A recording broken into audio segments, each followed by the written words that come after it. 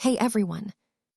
If you enjoyed this video, the full version is available on Patreon.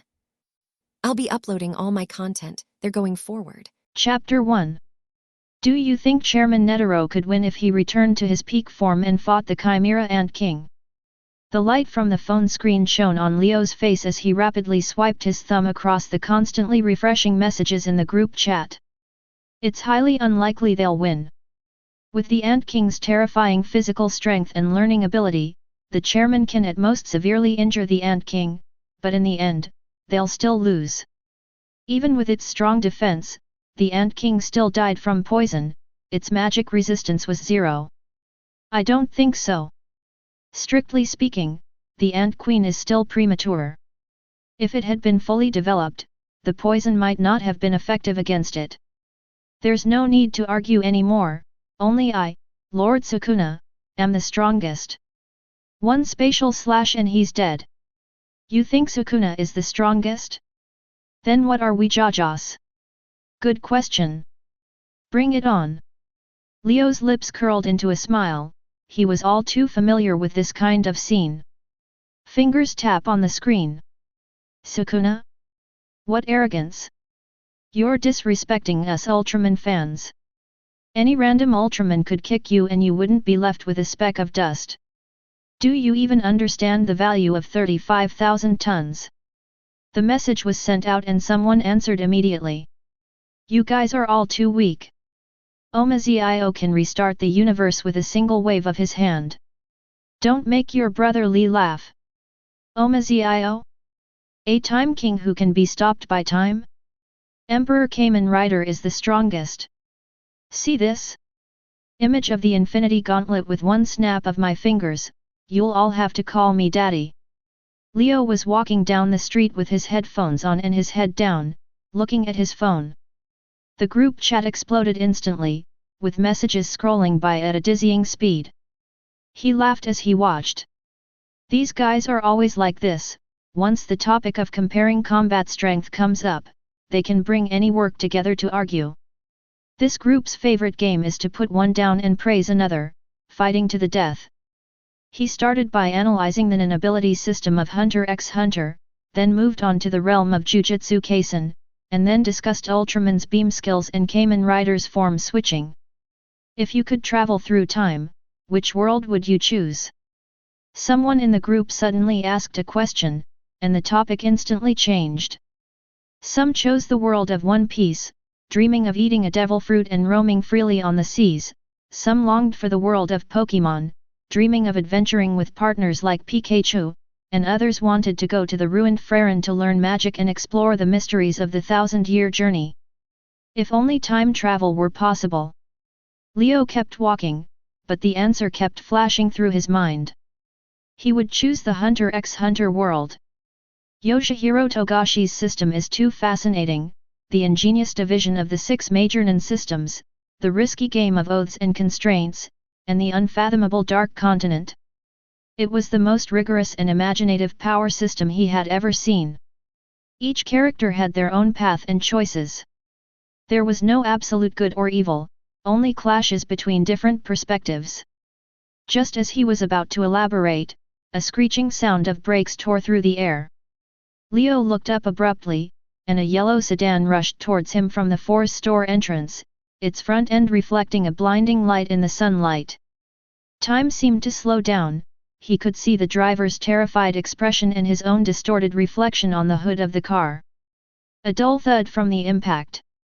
The world spun around me. My phone flew out of my hand, tracing an arc through the air. His back slammed hard against the ground, and a wave of pain washed over him.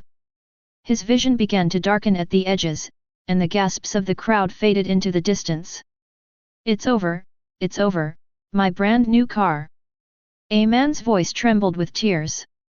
Leo's vision gradually blurred, and the last thought that flashed through his mind was both absurd and clear. I should have kept my head down and kept playing on my phone.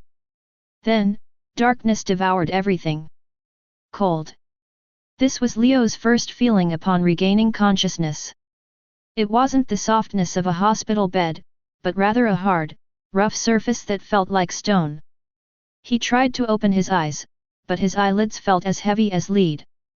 After several attempts, the view finally became clear: a towering dome, its stone mottled, cracks spreading like a spider web.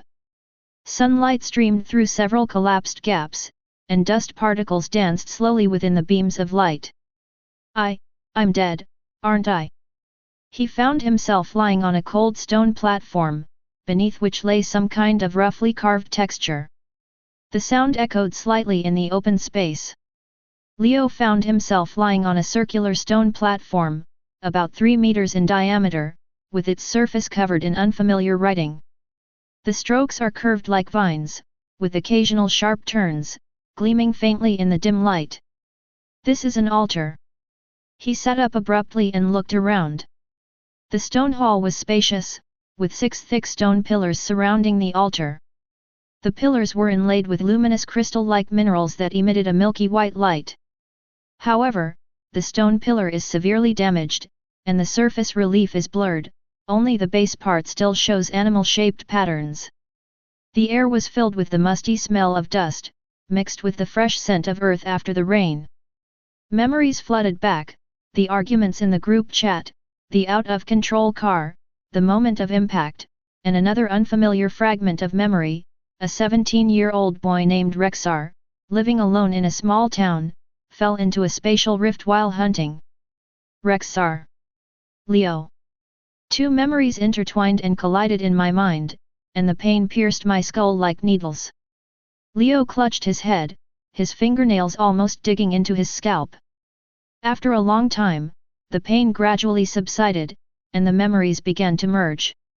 He realized his soul had transmigrated, entering the body of this boy named Rexar. Rexar's last memory was falling into a suddenly appearing rift. I've traveled through time. Leo muttered to himself, his voice echoing in the stone hall. He carefully slid down from the altar, his bare feet touching the cold stone slabs.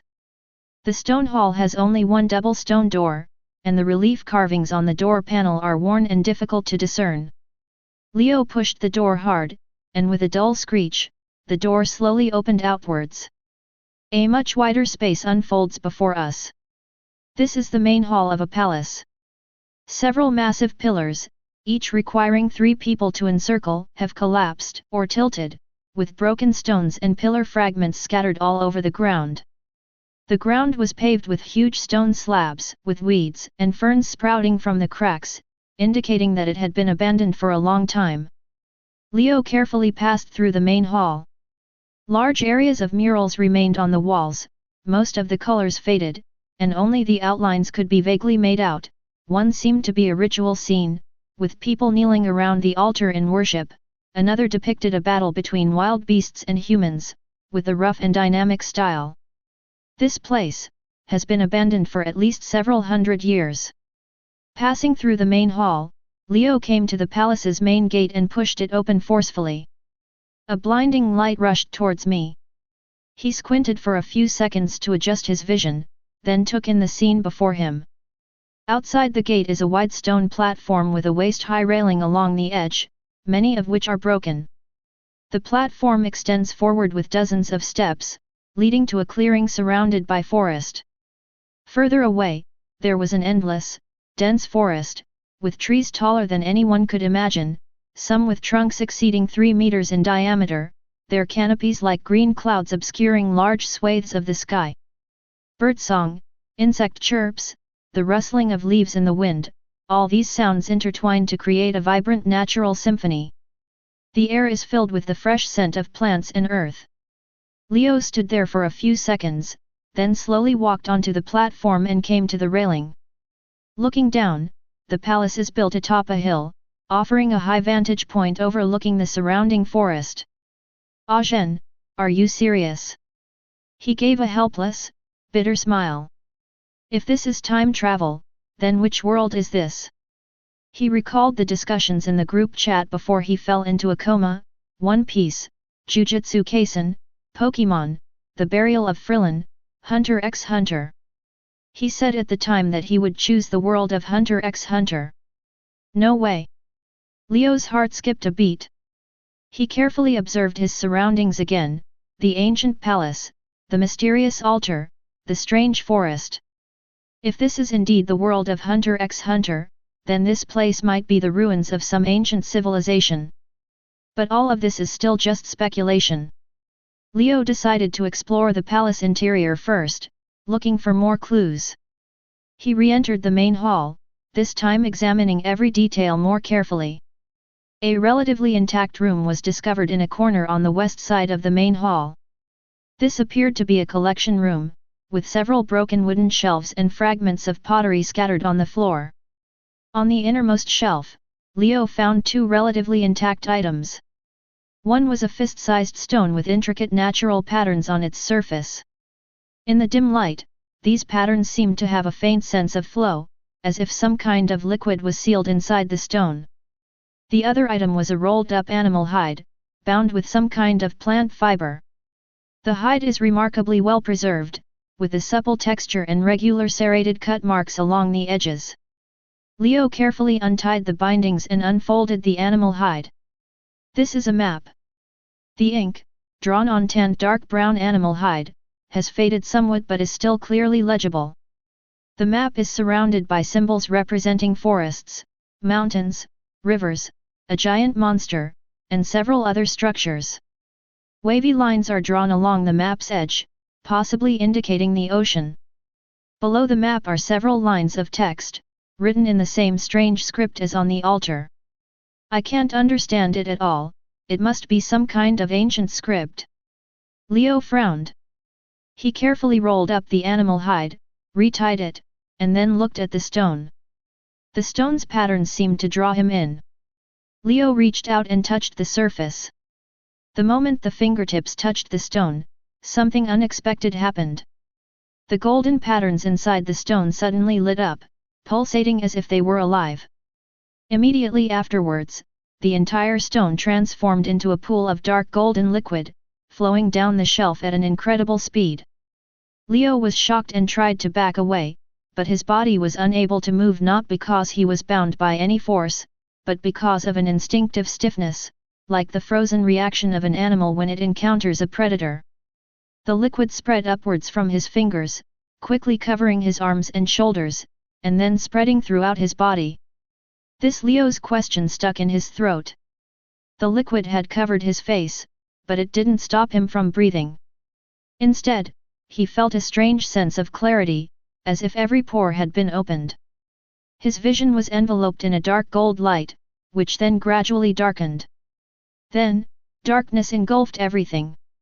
In the silent storage room, Leo's body lay on the floor, the dark golden liquid completely absorbed into his body, leaving no trace on his skin. The tattoo on his arm flickered slowly.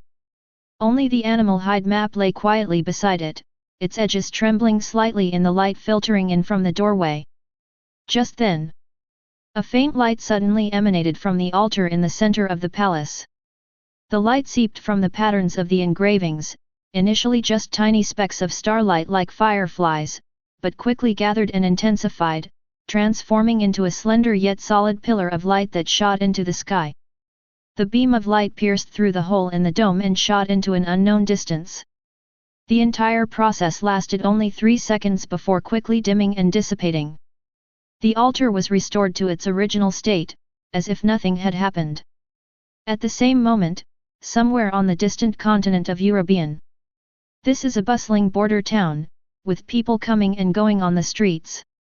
The cries of vendors, the laughter of children, and the clatter of horse-drawn carriage wheels intertwined to create a lively symphony of daily life.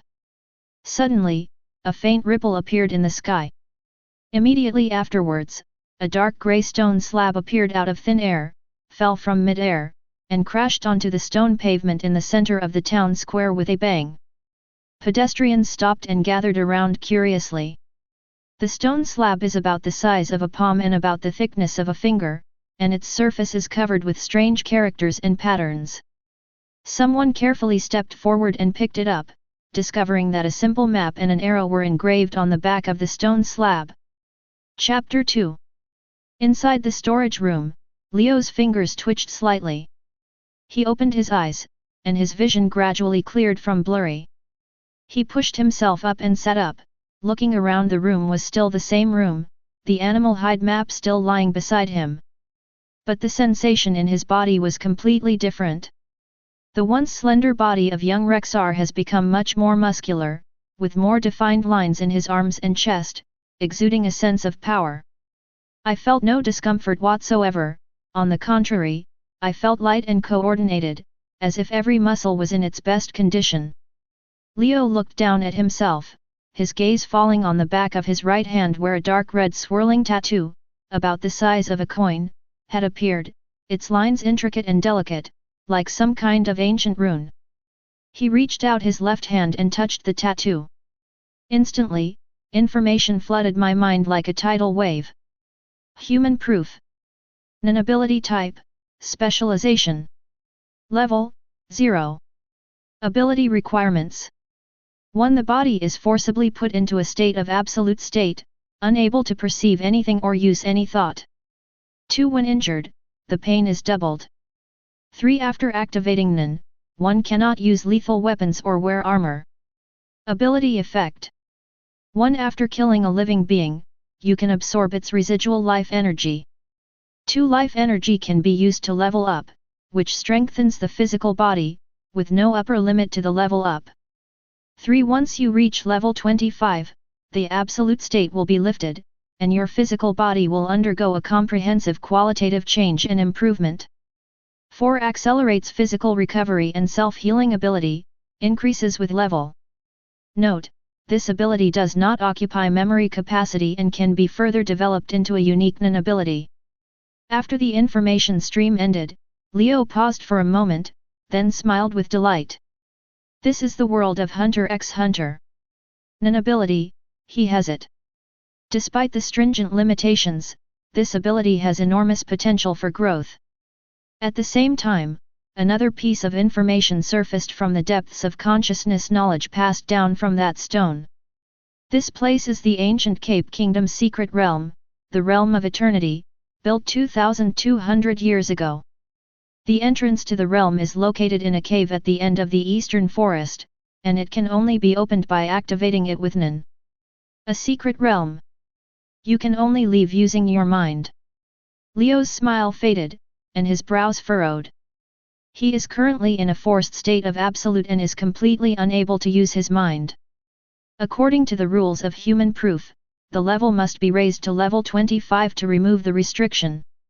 This meant he had to leave the relatively safe palace and enter the unknown forest to kill creatures and collect life energy. The risks are obvious. Being unable to use NAN means losing an important layer of defense and perception. Doubling the pain is like adding insult to injury. In the wilderness, injuries are inevitable, and doubled pain can impair movement and judgment. But there was no other choice. Leo stood up and stretched his limbs. The changes in his body were real. Although he couldn't use NAN, his physical body was much stronger than before. He clenched his fist and could feel the power contained within his muscles. At least the starting point isn't too bad. They then found a very sharp stone knife inside the palace. Leo stood at the edge of the platform, carefully observing the woodland below. The trees were tall and dense, and the light in the forest was dim. He could hear birdsong, animal roars, and some other sounds that he couldn't recognize. Dangerous, but also teeming with life, which means there is prey. Start with the outer perimeter. He devised a plan: find small animals, familiarize myself with the environment, and acquire life energy. After leveling up, I'll venture deeper into the forest. He gripped his dagger tightly, cautiously surveying his surroundings. Rexar's hunting memories came into play at this moment: how to identify animal tracks, how to move stealthily, and how to choose the right moment. A rustling sound came from the bushes ahead. Leo immediately crouched down and held his breath. A moment later, a creature resembling a hare emerged, with grayish-brown fur and short ears, nibbling at grass roots. The distance is approximately 5 meters. Leo calculated the angle en route.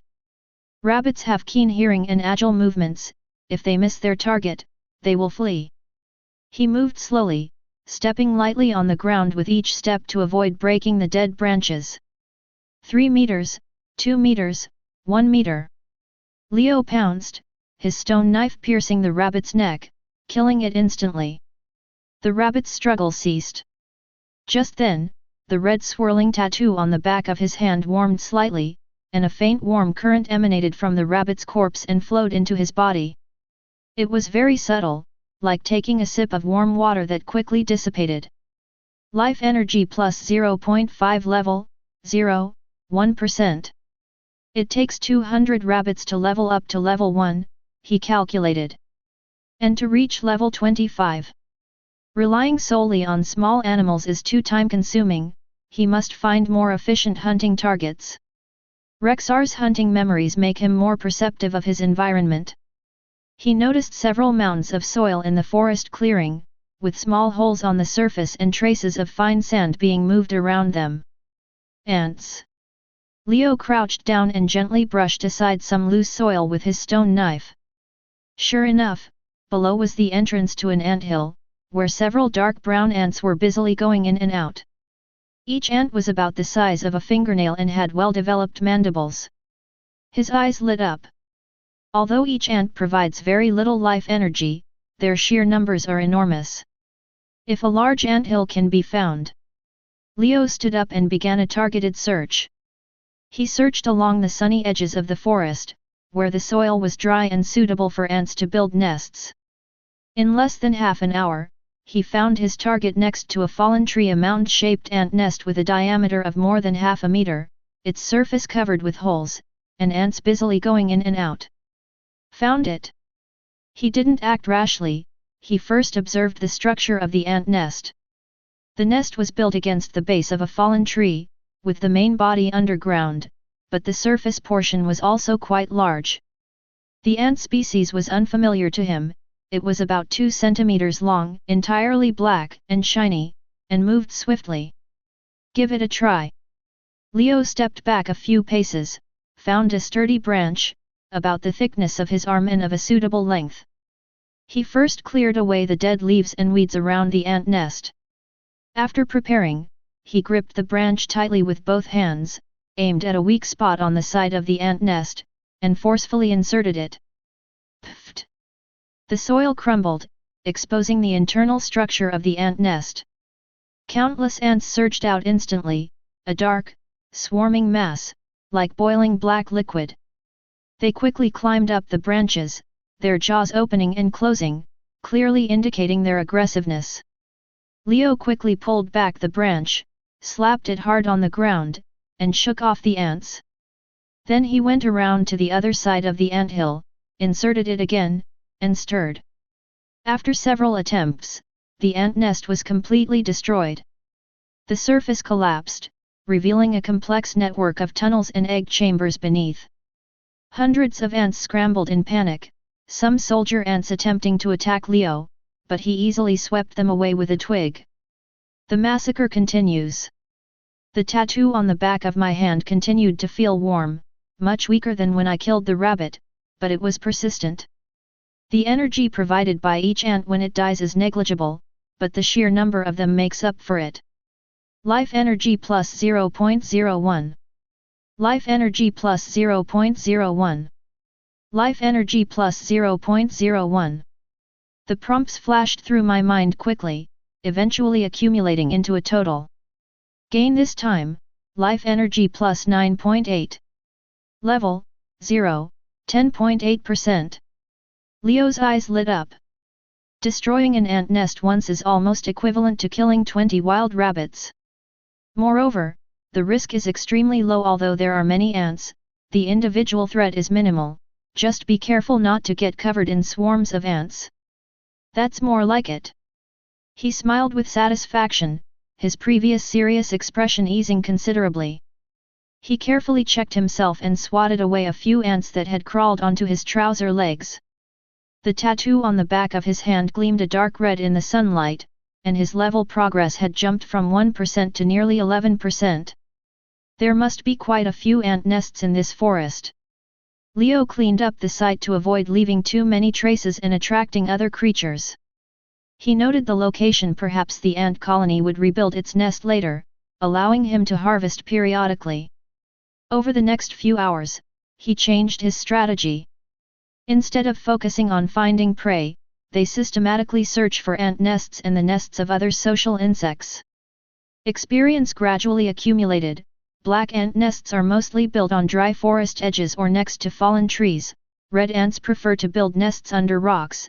There is also a larger brown ant with a sour, rotten smell, whose nests are usually deep underground and require more effort to dig. Each destroyed nest results in a steady increase in life energy, far more efficient than hunting animals. As the sun began to set, Leo had cleared 4 ant nests, and his level progress had increased to level 0, 31%. At this rate, I'll reach level 1 tomorrow. His steps were much lighter when he returned to the palace. Although he still couldn't use Nen, he saw hope for a rapid level up. In the evening, Leo found a relatively intact corner in the palace to rest. He tallied his day's gains. Besides life energy, there were a few unexpected discoveries near an ant nest. He found a small patch of wild berries, the fruit sweet and sour and edible. Near another nest, there was a clean seepage point with clear water. To be continued tomorrow. He chewed on berries, planning his route for tomorrow. There should be many ant nests on that sunny hillside to the east. Let's go there first. The tattoo on the back of his hand glowed slightly in the twilight, as if responding to his expectations. As night deepened, the forest fell silent. Leo leaned against the stone wall, closing his eyes to rest. Although still in a state of absolute and unable to sense spiritual energy, the physical strengthening is real. The physical exertion from destroying the ant nest today was far less than expected, and the recovery speed is also faster. Level 25, it shouldn't be too long. As he thought about it, a relaxed smile appeared on his lips. At least I found the right upgrade path at the start, so I don't have to fight beasts to the death every day. Chapter 3. The next morning, Leo woke up early. After a brief warm-up, he left the palace with the stone knife and headed straight for the eastern hillside he had planned to visit the day before. Morning light filtered through the treetops, the forest mist lingered, and the air was fresh. With yesterday's experience, his efficiency in searching for ant nests improved significantly. In less than an hour, the first target was found next to a pile of rocks, a red ant nest built between 3 boulders. Leo observed for a moment and confirmed that there were no other dangerous creatures nearby. He found a thick tree branch, aimed it at the entrance of the nest, and forcefully stabbed it in, then quickly stirred it. Black and red ants swarmed out like a tide, but this time Leo was prepared. He wore trousers and cuffs simply reinforced with large leaves, making it difficult for ants to crawl in. The branch swept horizontally from side to side, sweeping away and crushing a large number of ants. A faint warmth continued to emanate from the tattoo on the back of my hand. The notifications of life energy plus 0.01 kept coming in. After clearing the nest, Leo continued his search. In the morning, he successfully destroyed 3 ant nests of varying sizes, increasing his progress from 31% to 68%. During his short midday rest, he ate some berries he had collected the day before and replenished his water supply by the stream. After his body was strengthened, his physical exertion slowed down significantly, and he only felt slightly tired after half a day of work. At this rate, we can upgrade today. In the afternoon, Leo expanded his search area. He not only looked for obvious mound-like ant nests on the surface, but also began to pay attention to nests built inside rotten wood or deep underground. As the sun began to set, he discovered the 5th ant nest of the day at the base of a dead giant tree. This nest was quite large. It took Leo nearly half an hour to completely clean up. As the last batch of ants was swept away, a warm sensation, stronger than ever before, suddenly emanated from the tattoo on the back of my hand. Life energy plus 12.3. Level 1, 5%. It's done. A warm current surged from the tattoo on the back of my hand, quickly spreading throughout my body. Leo could clearly feel his muscles twitching slightly, and his bones making a soft crackling sound. This lasted for about 10 seconds before the warm current gradually subsided. He clenched his fist, and the sense of power in his fist noticeably increased. I tried jumping, and my body felt much lighter. I could easily jump almost twice as high as before. My vision has also become clearer, I can see the texture of leaves on leaves 20 meters away. Leo found a small tree about the size of a bowl to test his strength. With both hands wrapped around the tree in a strong pull, the roots loosened, the soil turned up, and the sapling was slowly lifted about 3 inches off the ground.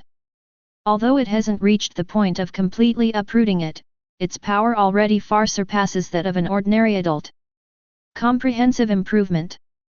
He concluded that not only strength, but also speed, endurance, defense, and the 5 senses, all aspects had been significantly enhanced. He recalled the description of the basic qualities of NAN users in Hunter x Hunter. Ordinary NAN users often develop strong physical abilities through long-term training and the nourishment of NAN energy.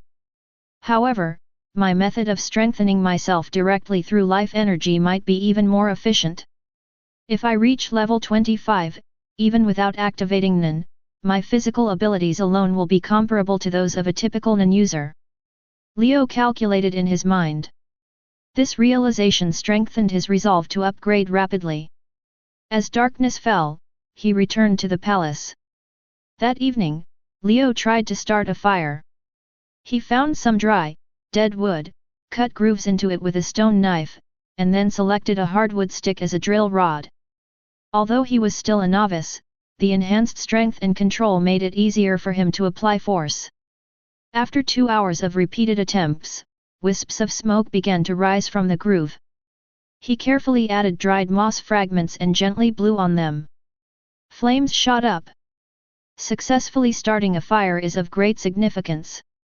Cooked food provides more energy, can scare away nocturnal wild animals, and can be processed into simple equipment from prey pelts. In the days that followed, Leo established a fixed daily routine. They set off at dawn, conducting a search radiating outwards from the palace. Target ant nests and other gregarious insect burrows, while also keeping an eye out for small animals along the way, hares, gophers, birds, and hunt them down as you go. Although these prey provide relatively little life energy, it adds up over time and provides food. The enhanced physique greatly increased his operational efficiency. Prey that used to require careful approach can now be attacked much faster. Large ant nests that used to take a lot of time and effort to destroy can now be destroyed in half the time. 3 days later, he was promoted to level 2. The improvement is also significant. This time, he specifically tested the data. His 100-meter sprint speed was about 2 seconds faster than at level 1, a punch could leave a noticeable dent on a tree trunk, and he could land easily after jumping from a height of 5 meters with only a slight tremor in his knees. Its recovery ability has also been significantly enhanced. While cleaning an ant nest, I was accidentally bitten by a few slightly larger soldier ants. The wound stopped bleeding and scabbed over within 10 minutes, and was basically healed by the next day. Leo began crafting simple tools. He wove backpacks from animal hides and vines to carry more items, he dried the tendons of his prey to try and make bowstrings, and he collected sharp stone flakes to tie to sticks to make spearheads. On the 5th day, he leveled up to level 3. At this point, his physical abilities far surpassed those of ordinary people. With a full leap, he can scale a 3-meter-high rock face, he can snap a tree branch as thick as an arm with his bare hands, his eyesight allows him to see clearly from 30 meters away even in moonlight. He also began to encounter larger creatures. A lynx-like beast attempted to attack him, but he killed it with his stone spear, gaining 8 life energy points, less efficient than an anthill, but faster. Leo realized that as his strength increased, he could now challenge himself with more advanced prey. He began consciously searching for traces of medium-sized wild animals while continuing to maintain his efficient methods of clearing the ant nest. On the evening of the 7th day, after Leo finished cleaning up a large ant nest built in a rock crevice, he felt a familiar warmth from the tattoo on the back of his hand. Life energy plus 15.7. Level 4, 2%. In 1 week, I went from level 0 to level 4. Leo stood on the hillside in the setting sun, looking down at the distant forest. The changes to his body are revolutionary. He is now several times stronger than when he first arrived, and his speed, reaction time, and endurance have all been enhanced. He tried to recall the plot of Hunter x Hunter. This physical ability was probably already above the level of the lower-level fighters in the Heavens arena, approaching that of a mid-level fighter. And this is only level 4, there's still a long way to go before level 25 removes the absolute state. If we can maintain this speed, he estimated. But he knew in his heart that as his level increased, the life energy required for upgrading would definitely increase. Moreover, the number of ant nests in the forest is limited, making it impossible to clean them up indefinitely. We need to plan ahead. He decided to expand the scope of the exploration starting tomorrow. On one hand, they continued searching for ant nests, and on the other hand, they moved in the direction marked on the map to find new sources of prey for future upgrades. The campfire crackled. Leo roasted the rabbit he had hunted that day, the fat dripping into the fire, filling the air with its aroma. He took a bite. It was crispy on the outside and tender on the inside. The quality of life improved dramatically after the fire was lit. The dark red tattoo on the back of his hand seemed to come alive, its surface shimmering slightly in the firelight. Level 4. 21 levels away from the target level 25. The road ahead is still long, but at least, the start has been smooth. The next day, Leo changed his strategy. No longer content with ant nests and small prey, he began actively seeking out larger creatures. Around noon, he spotted his target in a valley. It was a one-horned bear nearly 2 meters tall at the shoulder, with brown-black fur all over its body, and a grey horn nearly half a meter long growing from its forehead. It was drinking water by the stream, its posture leisurely. Leo observed from behind a rock. This size must provide a considerable amount of life energy. However, the risks are also high. The unicorn bear's thick fur and its single horn are deadly weapons. After a moment's hesitation, he decided to take action. The battle was fierce. Leo used his enhanced agility to maneuver around the enemy, constantly thrusting his stone spear, each time only causing superficial wounds. The unicorn bear possesses terrifying strength, and every attack it launches is fraught with danger. 10 minutes later, Leo's left shoulder was grazed by a bear paw, and his bones cracked. The doubled pain made his vision go black, but he gritted his teeth and persevered, seizing the opportunity to plunge the stone knife in his right hand into the bear's eye. The unicorn bear howled in agony and charged wildly. Leo was thrown into the air, coughing up blood as he got up. He saw that the unicorn bear, its eyes injured and its aim impaired, was blindly crashing into the rock wall. He endured the excruciating pain, picked up the thickest wooden spear on the ground, charged at the one-horned bear from behind, and thrust it into the back of its neck with all his might. Ah! The one-horned bear let out a final scream, its massive body crashing to the ground. After twitching a few times, it remained still. Leo collapsed to the ground, gasping for breath, covered in blood. His left shoulder was fractured, and he had multiple abrasions. The excruciating pain nearly made him faint. But I felt a strong warmth on the back of my hand. Life energy plus 45. Level 4, 47%. One hunt increases progress by 45%. Far exceeding the efficiency of an ant nest. The cost was heavy. Leo examined his injuries. He couldn't lift his left arm. He struggled to treat the wound, using tree branches to stabilize his left arm and tearing off a piece of his clothing to bandage it. Half an hour later, he was able to stand up with difficulty. 2 hours later, he could move his left arm slightly. By the time he returned to the palace before dark, his injuries had mostly healed. His recovery ability is even stronger than I imagined. Leo exclaimed in surprise. This means he can withstand higher risk hunts, recover quickly from injuries, and not be affected in subsequent actions. From that day on, hunting strategies changed completely. He no longer relied solely on ant nests, but actively sought out large creatures, the one-horned bear in the valley, the saber-toothed tiger in the forest, the giant crocodile in the swamp. Each was dangerous, but offered abundant life energy. Of course, he will still clear out ant nests and gregarious insects he encounters along the way, which are a steady source of income. Days passed by. Leo became increasingly familiar with the forest. He knew where to find specific prey, how to take advantage of the terrain, and the weaknesses and attack patterns of every creature. His combat experience accumulated rapidly. A month later, he was promoted to level 8.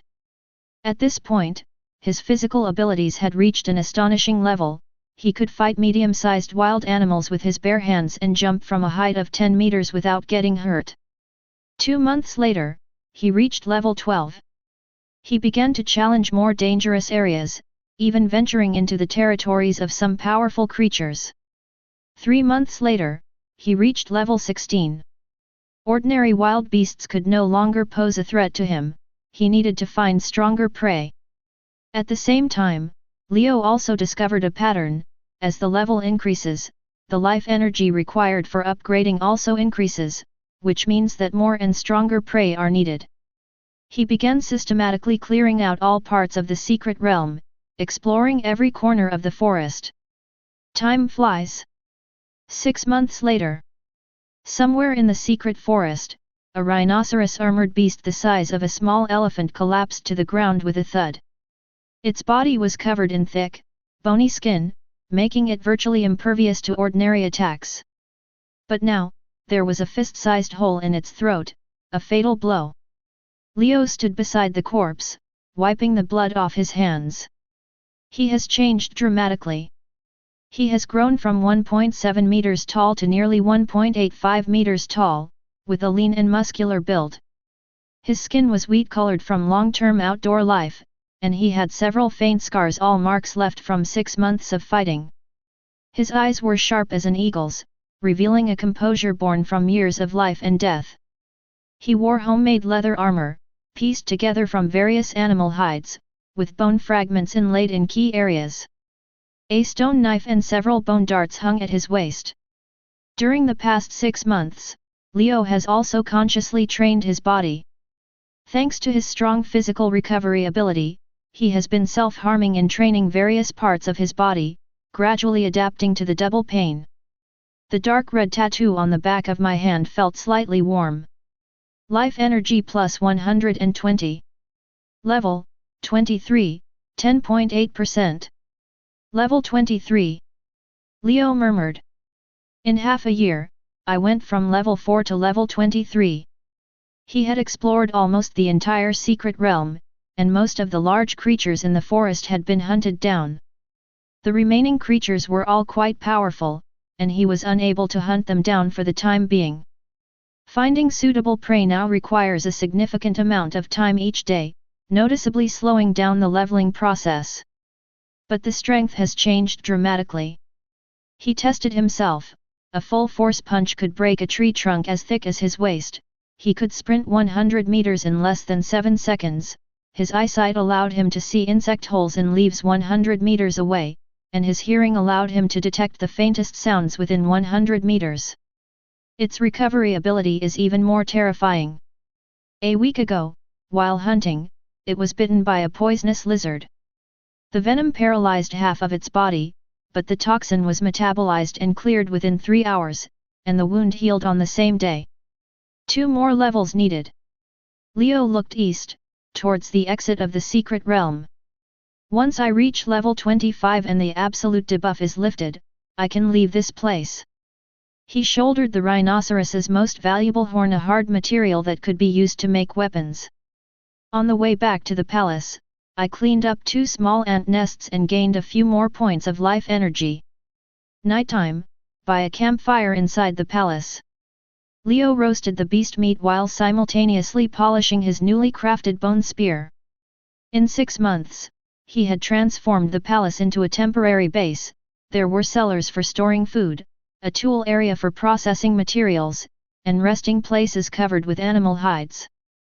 The last 2 stages might take more than a month, he estimated. Prey is becoming increasingly difficult to find, sometimes it takes days to encounter a suitable target. At this very moment, on the eastern side of the secret realm, inside a cave at the edge of the forest, the calm sea water suddenly rippled. On the rock face, ancient patterns lit up one by one, emitting a pale blue light. The light converged, forming a rotating portal in the center of the cave. Ripples spread, and 3 figures emerged from the portal of light. The leader was a tall, thin middle-aged man, dressed in a well-tailored suit, with a refined and scholarly demeanor. He held a dark grey stone slab in his hand, the very one that had fallen into a town on the continent of European half a year ago. A man and a woman followed behind. The man was young, wore glasses, carried a large backpack, and looked like a scholar. The woman had red hair, a lithe figure, a short sword at her waist, and a sharp, alert look in her eyes. "We did it!" exclaimed the young scholar, Casper. "Mr. Sarts, we're really in." The red-haired woman, Serena, gripped the hilt of her knife, observing warily. "Air circulation is good, plants are growing, this secret realm is still functioning. Be careful, there might be guardian creatures." The 3 activated the lighting equipment and began to explore outside. Chapter 4. The next morning, Leo ate some dried animal meat to replenish his strength, then left the palace and headed towards the sea. As the level increases to 23, the life energy required for leveling up becomes extremely large. After 6 months of hunting, there are very few large prey left in the forest, so the leveling speed has inevitably slowed down. Since that's the case, Leo no longer insists on rapid upgrades. Today he plans to go to the beach, partly to try hunting marine life. Large fish or crustaceans should provide good life energy. On the other hand, I also wanted to change things up. I'd been eating land animals for the past 6 months and was getting a bit tired of it. He carried a homemade leather backpack containing a stone knife, a bone spear, tinder, and some dry rations. After 6 months of use, the leather armor fits quite well, and the bone plates in key areas provide effective protection against ordinary claws and teeth. Just as Leo set off for the seaside, on the other side of the secret realm, Satsuki, Casper, and Serena were cautiously making their way through the forest. They had already explored quite a few areas since entering the secret realm. "Mr. Sutter, look at this." Casper crouched beside a peculiar fern, carefully collecting samples and placing them into a special container. "This plant is almost extinct outside the world. I never expected there to be a complete ecological community here." The young scholar was as excited as a child, his eyes sparkling behind his glasses. His backpack was already filled with plant samples, soil samples, and insect specimens. Serena followed behind him, chewing gum, her right hand always resting on the hilt of the short sword at her waist. She glanced around warily, her brow slightly furrowed. "Casper, you're too excited," she muttered, "be careful. This secret realm is a bit strange. We've been walking for almost 2 hours since we entered, and we've encountered very few creatures. This isn't right." Saz, who was walking at the front, nodded. The relic hunter was dressed in a smart suit, his purple hair was neatly combed, and he only had a mustache on the lower half of his face. His sharp eyes surveyed his surroundings. "Serena is right." Sats's voice was calm but alert.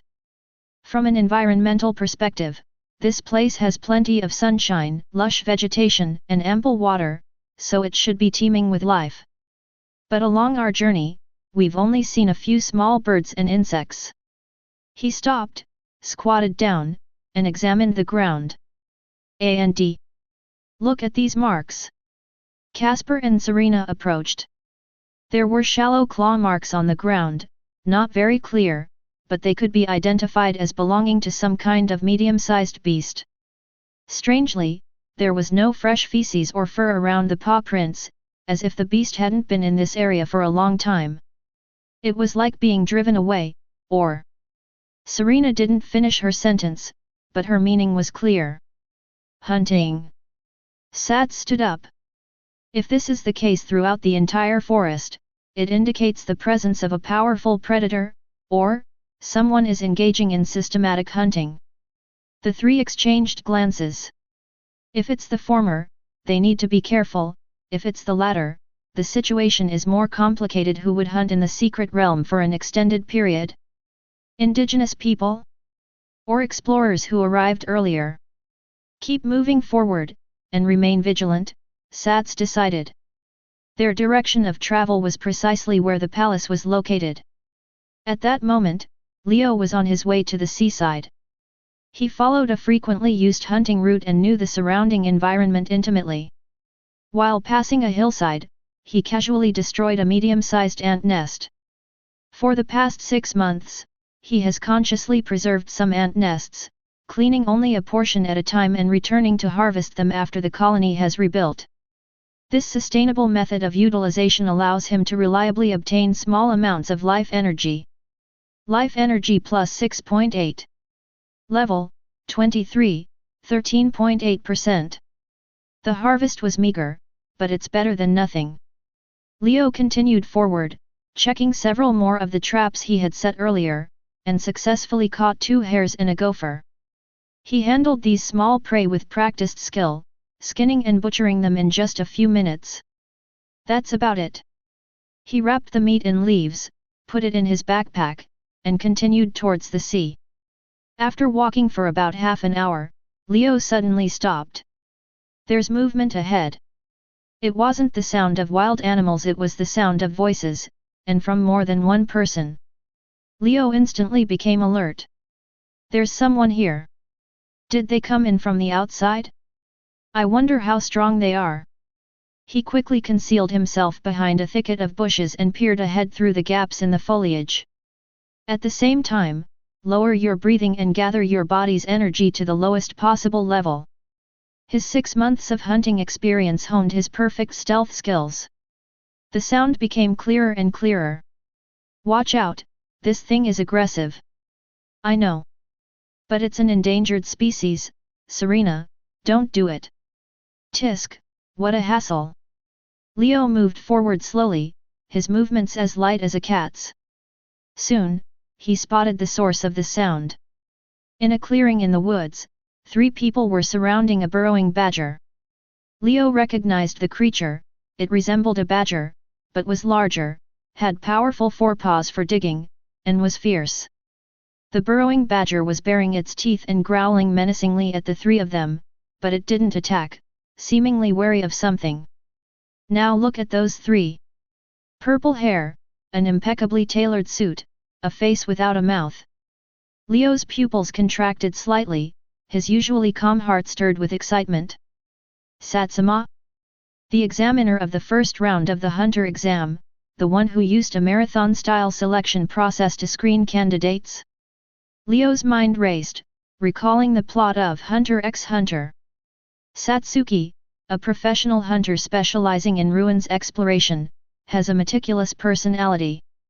In the original work, he is one of the few hunters who has never fought, and his strength is unknown. The other 2 were a young man with glasses carrying a large backpack, looking like a scholar, and a red-haired woman with a lithe figure and a short sword at her waist, who was now helplessly retracting the sword that she had only half drawn.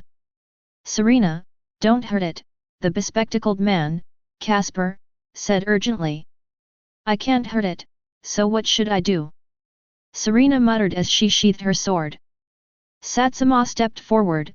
Let me handle it, I can take it down. He raised his right hand, palm facing forward. Leo was in a state of absolute and could not sense none. But the cave badger seemed to sense something and suddenly became restless, taking a few steps back. Just as Sats was about to make his move, he suddenly stopped. Immediately afterward, the professional hunter abruptly turned his head, his gaze precisely fixed on the bushes where Leo was hiding. Someone's there. Saz's voice suddenly turned cold. Casper and Serena were both startled and quickly turned to the direction Sats were looking, instantly assuming a fighting stance. Serena drew her knife half an inch from its sheath again, while Casper pulled a short metal rod from the side pocket of his backpack.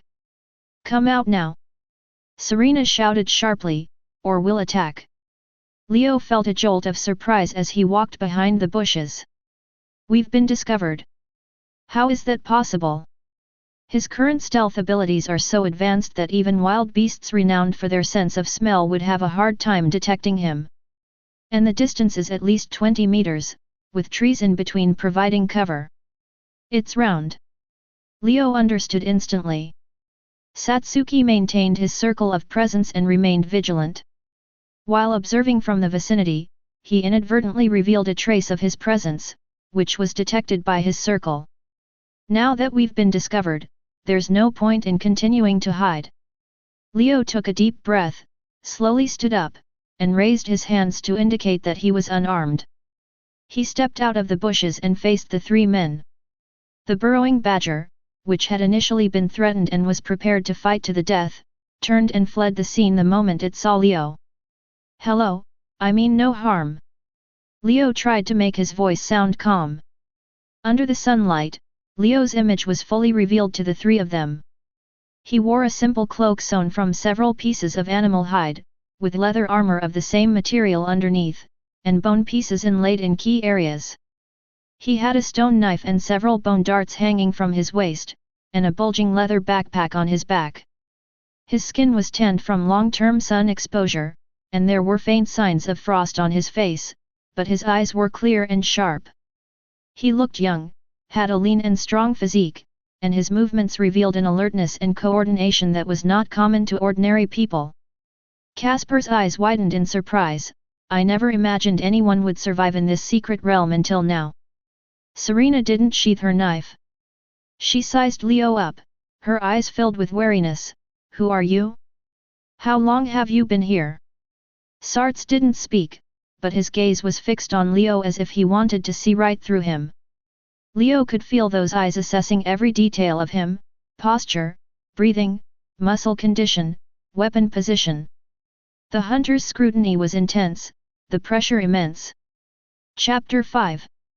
Although Leo knew about Sats from the comics, he had to pretend he didn't know him at this moment. He quickly organized his thoughts, his face showing appropriate confusion and caution. "Hello," he said, his voice steady. "I'm just an ordinary person who came here by accident, I'm not a native. As for how long I've been here, about 7 months. He paused, his gaze falling on Serena, a perfectly timed hesitation on his face. "By the way, ma'am, could you tell me what year and month it is? I suffered a head injury and lost a lot of my memory. A half-truth is the most effective.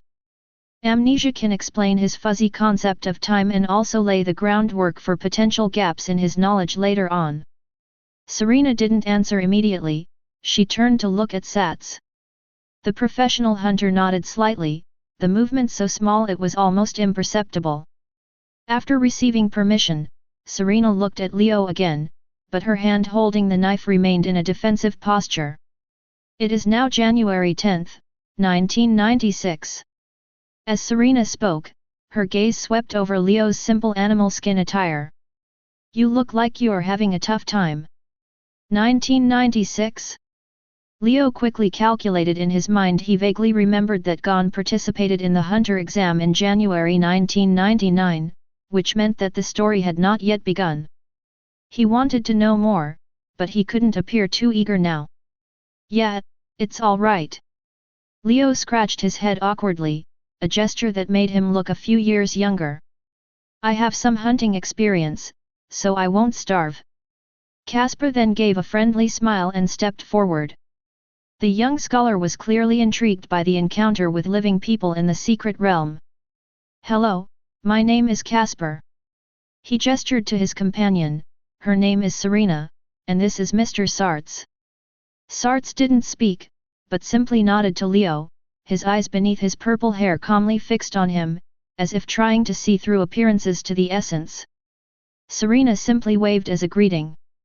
"Since you've lived here for half a year," Serena cut straight to the point. "Can you tell us what's special about this secret realm?" like ruins, special areas, or dangerous zones. Leo quickly weighed the options in his mind. Taking them directly to the palace was a risk, but also an opportunity. Satsuki is a relic hunter with an interest in ancient civilizations. If a cooperative relationship can be established, it might be possible to leave the secret realm with their help. Although he could leave on his own, it would take another month or two to reach level 25 and remove the absolute barrier. He had stayed in this secret realm for too long, and he would be eager to leave early. The most important thing right now is to gain their trust. My name is Leo, nice to meet you all. Leo nodded to the three of them, his tone becoming more enthusiastic. No problem, I'm very familiar with this secret realm. There's a palace ruin in the center, fairly well preserved, I can take you there. Really? Casper instantly became excited, his eyes shining behind his glasses. That's wonderful. Thank you so much, Mr. Leo. Serena rolled her eyes at Casper, clearly displeased that her companion had so easily trusted a stranger. But she didn't say anything, she just observed her surroundings more cautiously. No problem, come with me. Leo turned around and walked towards the palace first. The four began their journey through the woods. Leo led the way, followed closely by Satsuma, while Serena and Casper lagged behind, forming a loose formation. After walking for a while, Leo felt this was a good opportunity to test the waters. He slowed his pace and asked casually. By the way, how did you get into this secret realm? We used Casper began, caught off guard, but was interrupted by Serena halfway through his sentence. We used some special methods to get in. Serena spoke first, her tone calm but clearly wary. Casper realized he had almost let something slip and awkwardly adjusted his glasses. While the Hunter Association does not prohibit revealing known abilities to ordinary people, they typically do not disclose it proactively, especially when the other party's identity is unknown. Leo understood immediately, as expected, the other party was still wary of him. This is normal, if he were in his shoes, he would be just as cautious. But Leo wasn't going to play games with them. Time was precious, he needed to get the information quickly and demonstrate his value. Instead of distrusting each other, we should take the initiative to break the deadlock. Leo stopped and turned to face the three of them. He had a gentle smile on his face, but his eyes were serious. You mean recite? The air froze instantly. Casper's eyes widened in surprise, you actually know how to pronounce it. You idiot! Serena slapped Casper hard on the back of the head. She then turned to Leo, her right hand resting on the hilt of the knife again, her eyes sharpening. Even Saz, who had remained silent until now, narrowed his eyes slightly beneath his purple hair, revealing obvious surprise. He looked Leo over again, this time scrutinizing him more closely, as if he were noticing the young man dressed in animal skins for the first time. Leo met the gazes of the three men, his expression calm. Instead of being wary of each other, we should be honest with each other, he said slowly. Regarding my experience, what I just said is basically the truth. I did indeed accidentally fall into this hidden place, I'm not a native, and I lived here for more than 6 months. But there are some details I didn't tell you all. He paused, observing the three's reactions. Serena remained wary, Casper was curious, while Satsuki remained impassive. I obtained something in the palace, Leo selectively revealed. And that's how I learned of the existence of thought. So I understand your caution earlier. Thought shouldn't be easily revealed to ordinary people. He looked at Satsuma, who was listening quietly without interrupting. I know how you got in, Leo continued. The exit, or rather, the entrance of the secret realm is in a cave at the far end of the eastern forest. It requires activation to open. That's why I've been trapped here for over half a year. He shrugged and continued. For some reason, I am temporarily unable to use Nen. Leo decided to reveal more information in order to gain trust. So even if you know where the exit is, you still can't leave. But if your goal is also to explore this hidden realm, perhaps we can cooperate. I'm familiar with the environment here and know where it's safe and where it's dangerous. And in exchange, he looked at Satsuma, I hope you can take me with you when you leave. The forest was silent for a few seconds.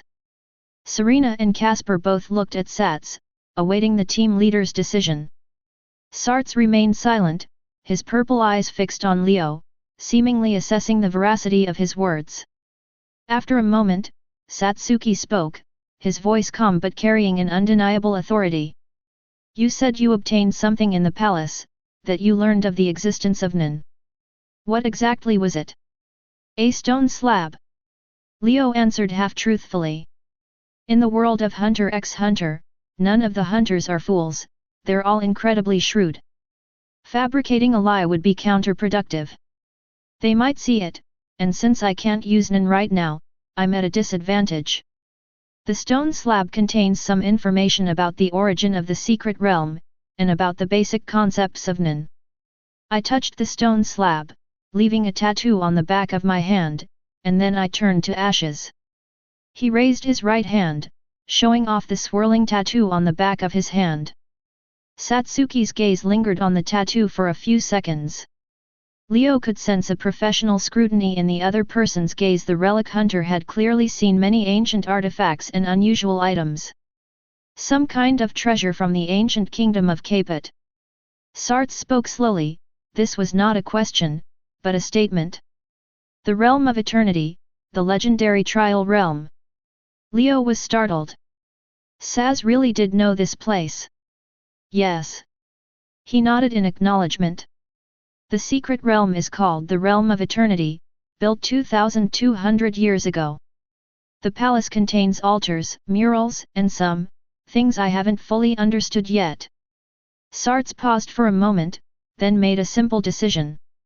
Take us to the palace. Sats said. If what you say is true, we can consider cooperation. But before that, he took a step forward. This step was ordinary, but Leo instantly felt an invisible pressure. It wasn't murderous intent, but a pure and powerful sense of presence. I need to check your status. Satsuma said calmly. You said you can't use Nin. Is that true? Leo nodded. Completely unable to perceive or use Nin.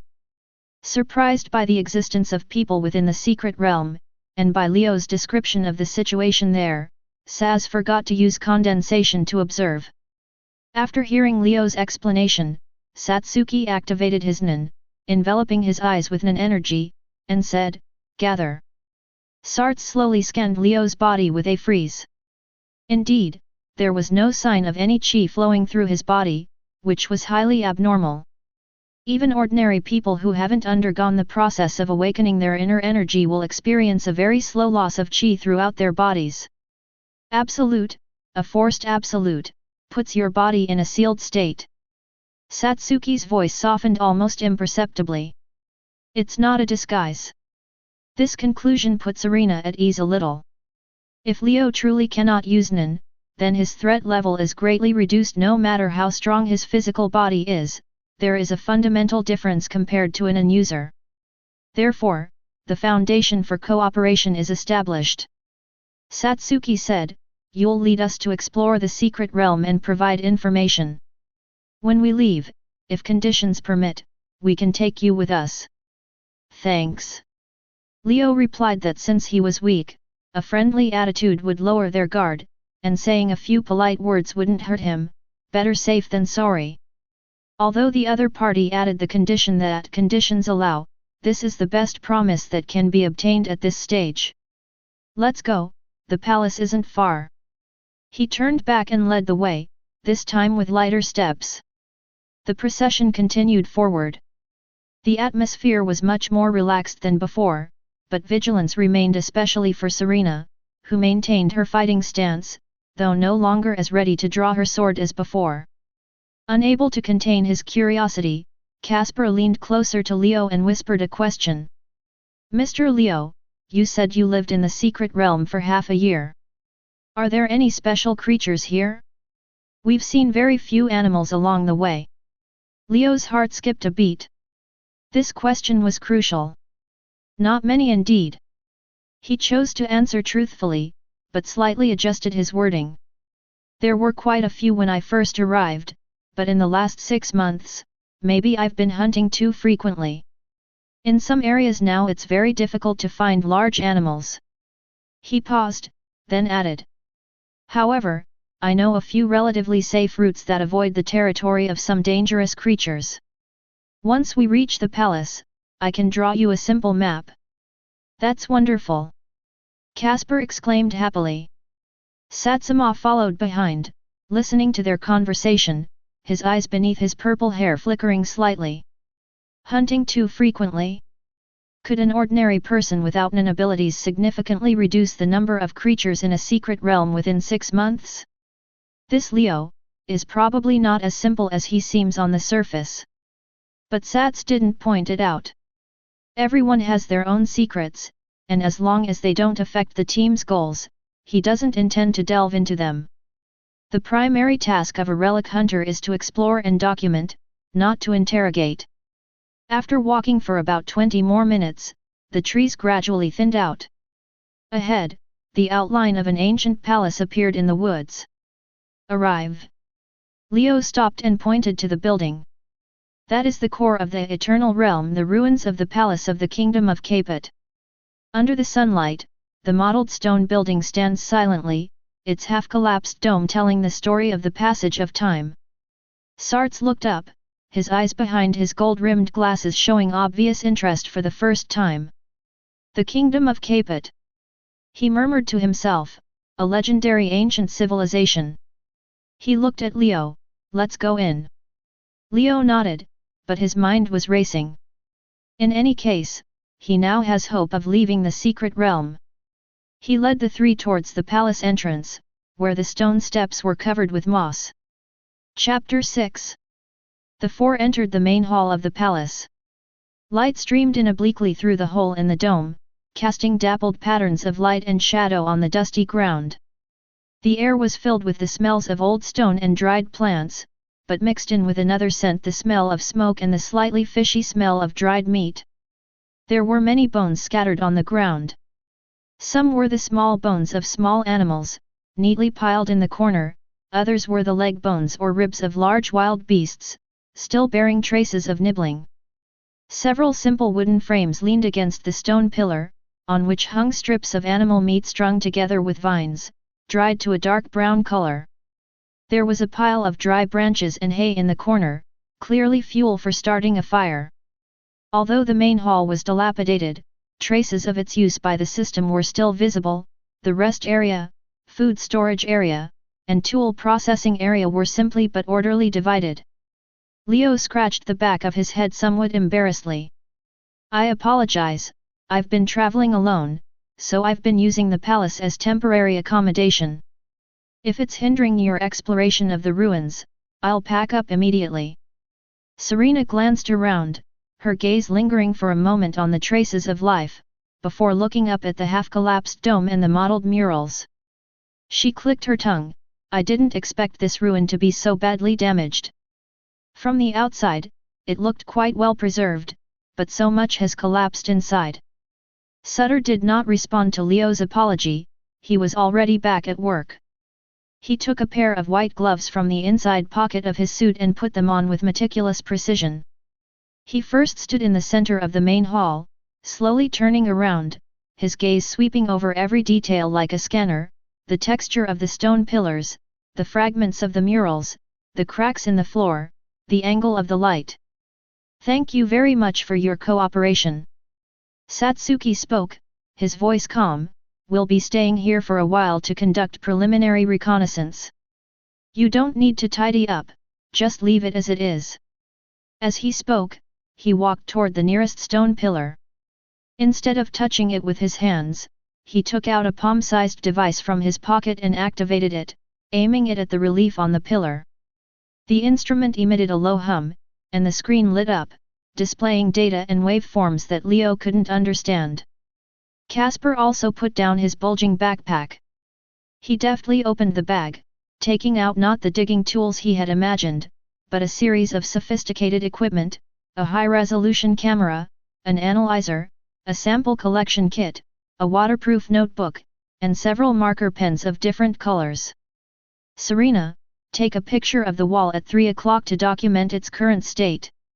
Casper said while adjusting the camera settings. Mr. Satsuma, I need to check the residual readings in the altar area. Please let me know when you're finished. Clear. Serena responded, abandoning her previous casual demeanor, and took out her camera from the side pocket of her backpack, a professional-grade archaeological device with multispectral imaging capabilities. She walked to the west wall, adjusted her angle, and began systematically photographing the fragments of the mural, recording the number and a brief description of each photograph in her notebook. Leo stood at the entrance of the main hall, observing the three men's work with great interest. Their teamwork was astonishing, there was no unnecessary communication, and everyone was clear about their task. Sats was in charge of the overall assessment and exploration, Casper was responsible for detailed recording and sample collection, and Serena was responsible for both environmental recording and vigilance. A professional team, Leo thought to himself. This was completely different from the expedition team he had imagined, it was more like a scientific research team.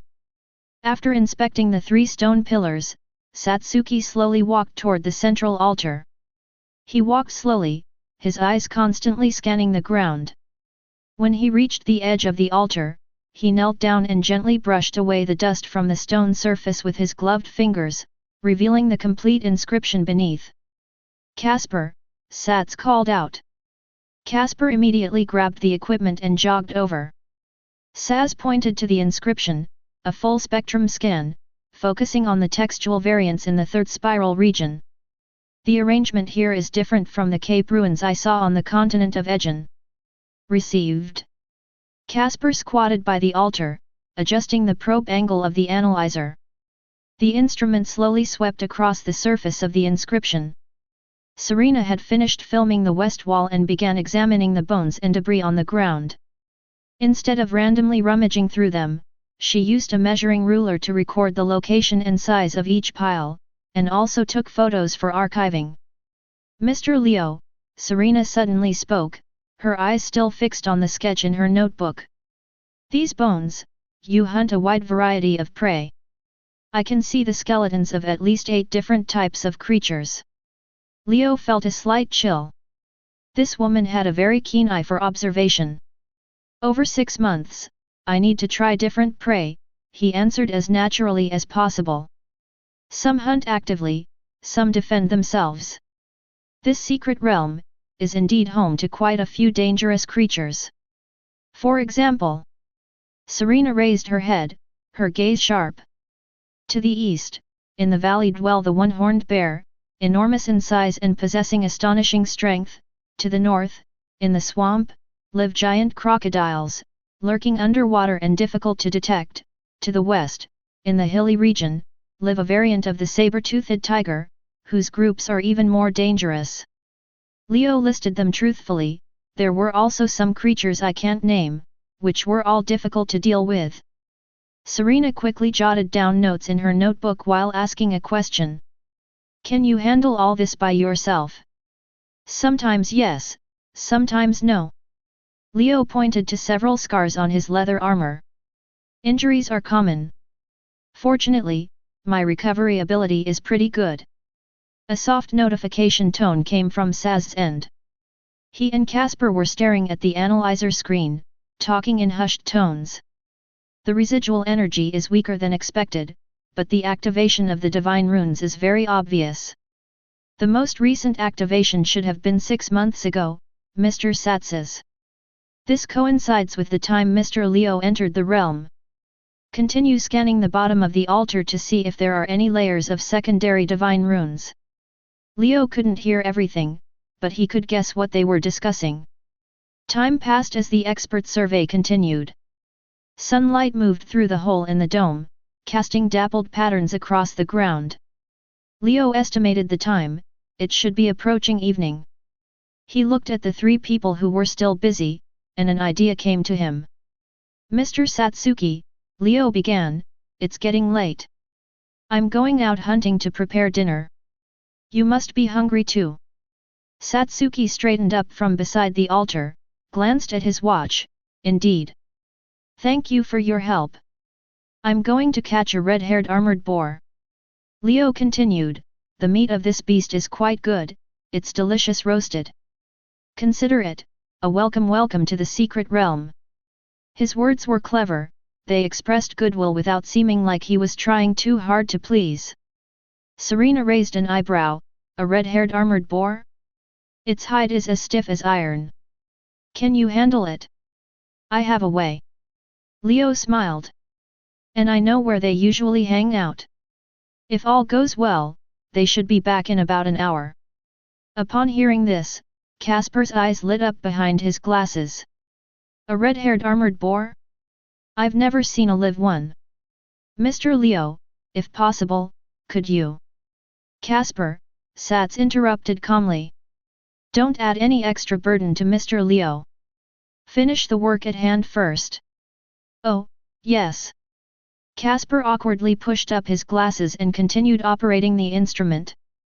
Leo nodded to the three of them, then turned and walked out of the palace. As he stepped down the stone steps, he could feel the gazes directed at him from behind Sats's scrutiny, Serena's wariness, and Casper's curiosity. But he didn't care.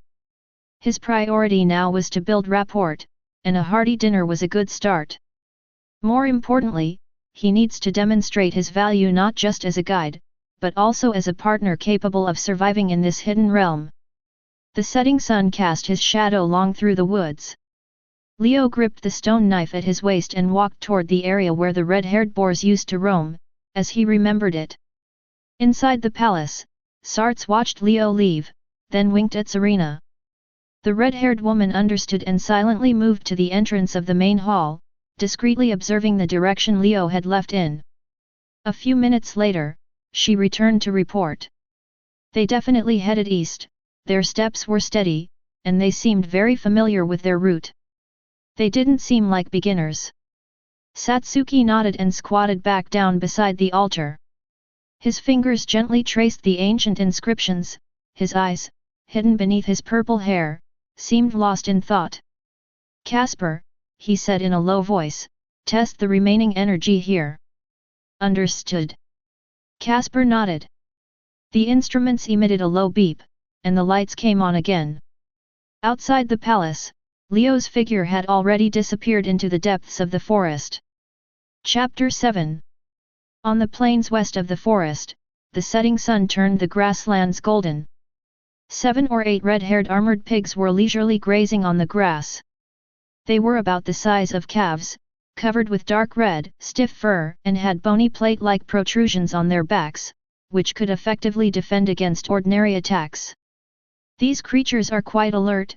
While feeding, they take turns looking up to observe their surroundings. Leo hid behind a bush downwind and waited patiently. About 20 minutes later, a younger boar broke away from the group and headed towards a berry bush at the edge of the plain. The opportunity has arrived. Leo approached silently like a shadow. His physical attributes, enhanced to level 23, allowed him to perform near-perfect stealth. His footsteps were as light as falling leaves, and his breathing was kept to a minimum. 5 meters, 2 meters. The pig seemed to sense something, stopped eating, and raised its head. In that instant, Leo moved. No weapons were used, and there were no unnecessary movements. He pounced like a cheetah, his left fist striking the vulnerable spot behind the boar's ear with pinpoint accuracy. The force was perfectly controlled enough to stun its brain without shattering its skull and affecting the meat's quality. The pig let out a muffled groan and went limp. Leo then followed up with a chop to the neck, shattering the cervical vertebrae. The entire process took less than 3 seconds, clean and swift. Life energy plus 13. Level, 23, 18.4%. A good haul.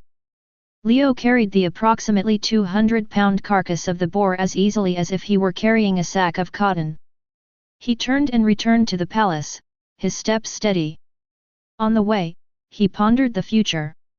According to Serena, it is now January 1996. The Hunter exam storyline begins in 1999, leaving 3 years. This time must be used to its fullest potential. First and foremost, lifting the absolute state is the most urgent task. I'm 2 levels away from level 25. At the current leveling speed, it will probably take more than a month. What happens next? What should you do after leaving the secret realm? Leo thought of the Chimera Ant incident at NGL, which occurred around May 2000. The Queen Ant and her direct guard are incredibly powerful, but ordinary soldier ants and ants at the division commander level are excellent hunting targets. Hunting them grants access to vast amounts of life energy, providing an opportunity to rapidly increase one's strength. With our current strength, we can barely handle the Legion commander, let alone the guards and the Ant King. We must improve as soon as possible. Learning the ability to think is key. Although I learned about the basic theories of the 4 elements, the 6 systems, and the oath and restraint through comics, figuring it out on my own is ultimately not as good as having a master to guide me. Moreover, the lack of practical experience is a fatal weakness. Sky Arena is a good choice. It allows one to earn money to solve financial problems and also gain experience in fighting against non-users. Reaching floor 100 or higher will grant you access to a private room and training time. But that's a matter for later. Right now, we need to establish a good relationship with Satsuma and his group. The network and resources of a ruins hunter will be helpful for future development. As my thoughts wandered, the palace came into view.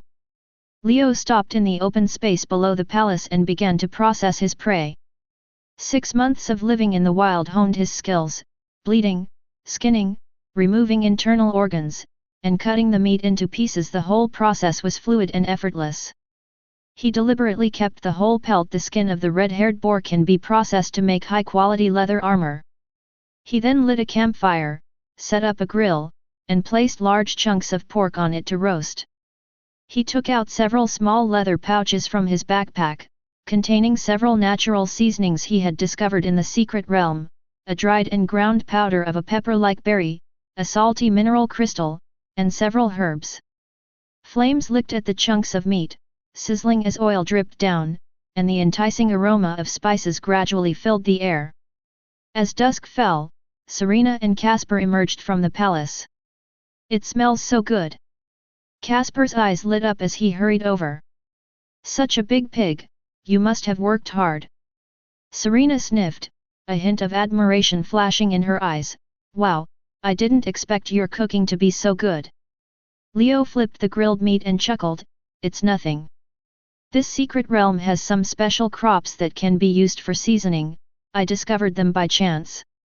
It's just cooked, come and eat. Then we won't stand on ceremony." Casper quickly sat down, looking eager to get started. Serena shook her head helplessly at her companion's embarrassing behavior and sat down as well.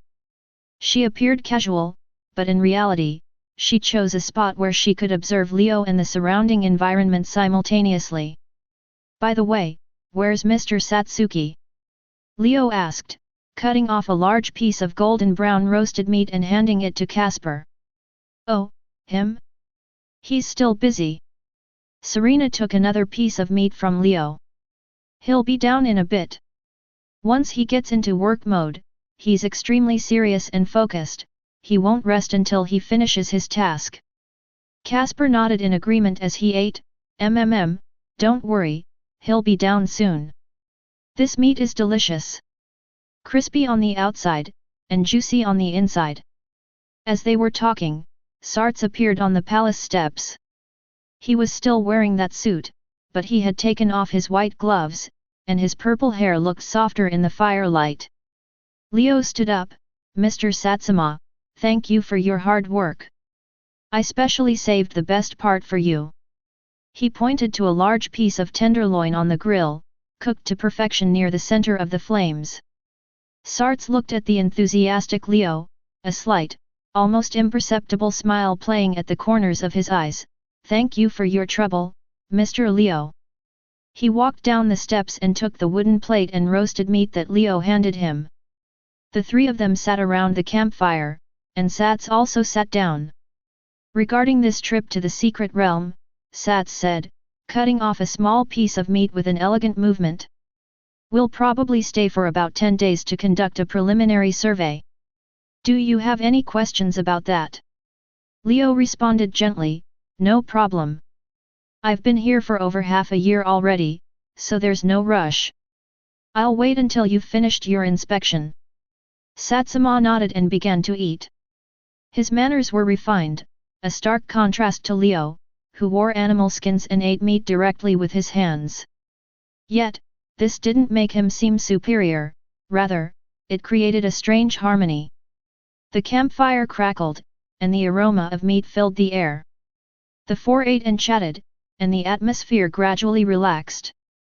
Casper shared some amusing anecdotes from his archaeological work, the experience of being chased by ancient mechanisms at one site, and the discovery of a stone tablet at another site that recorded a ridiculous legend.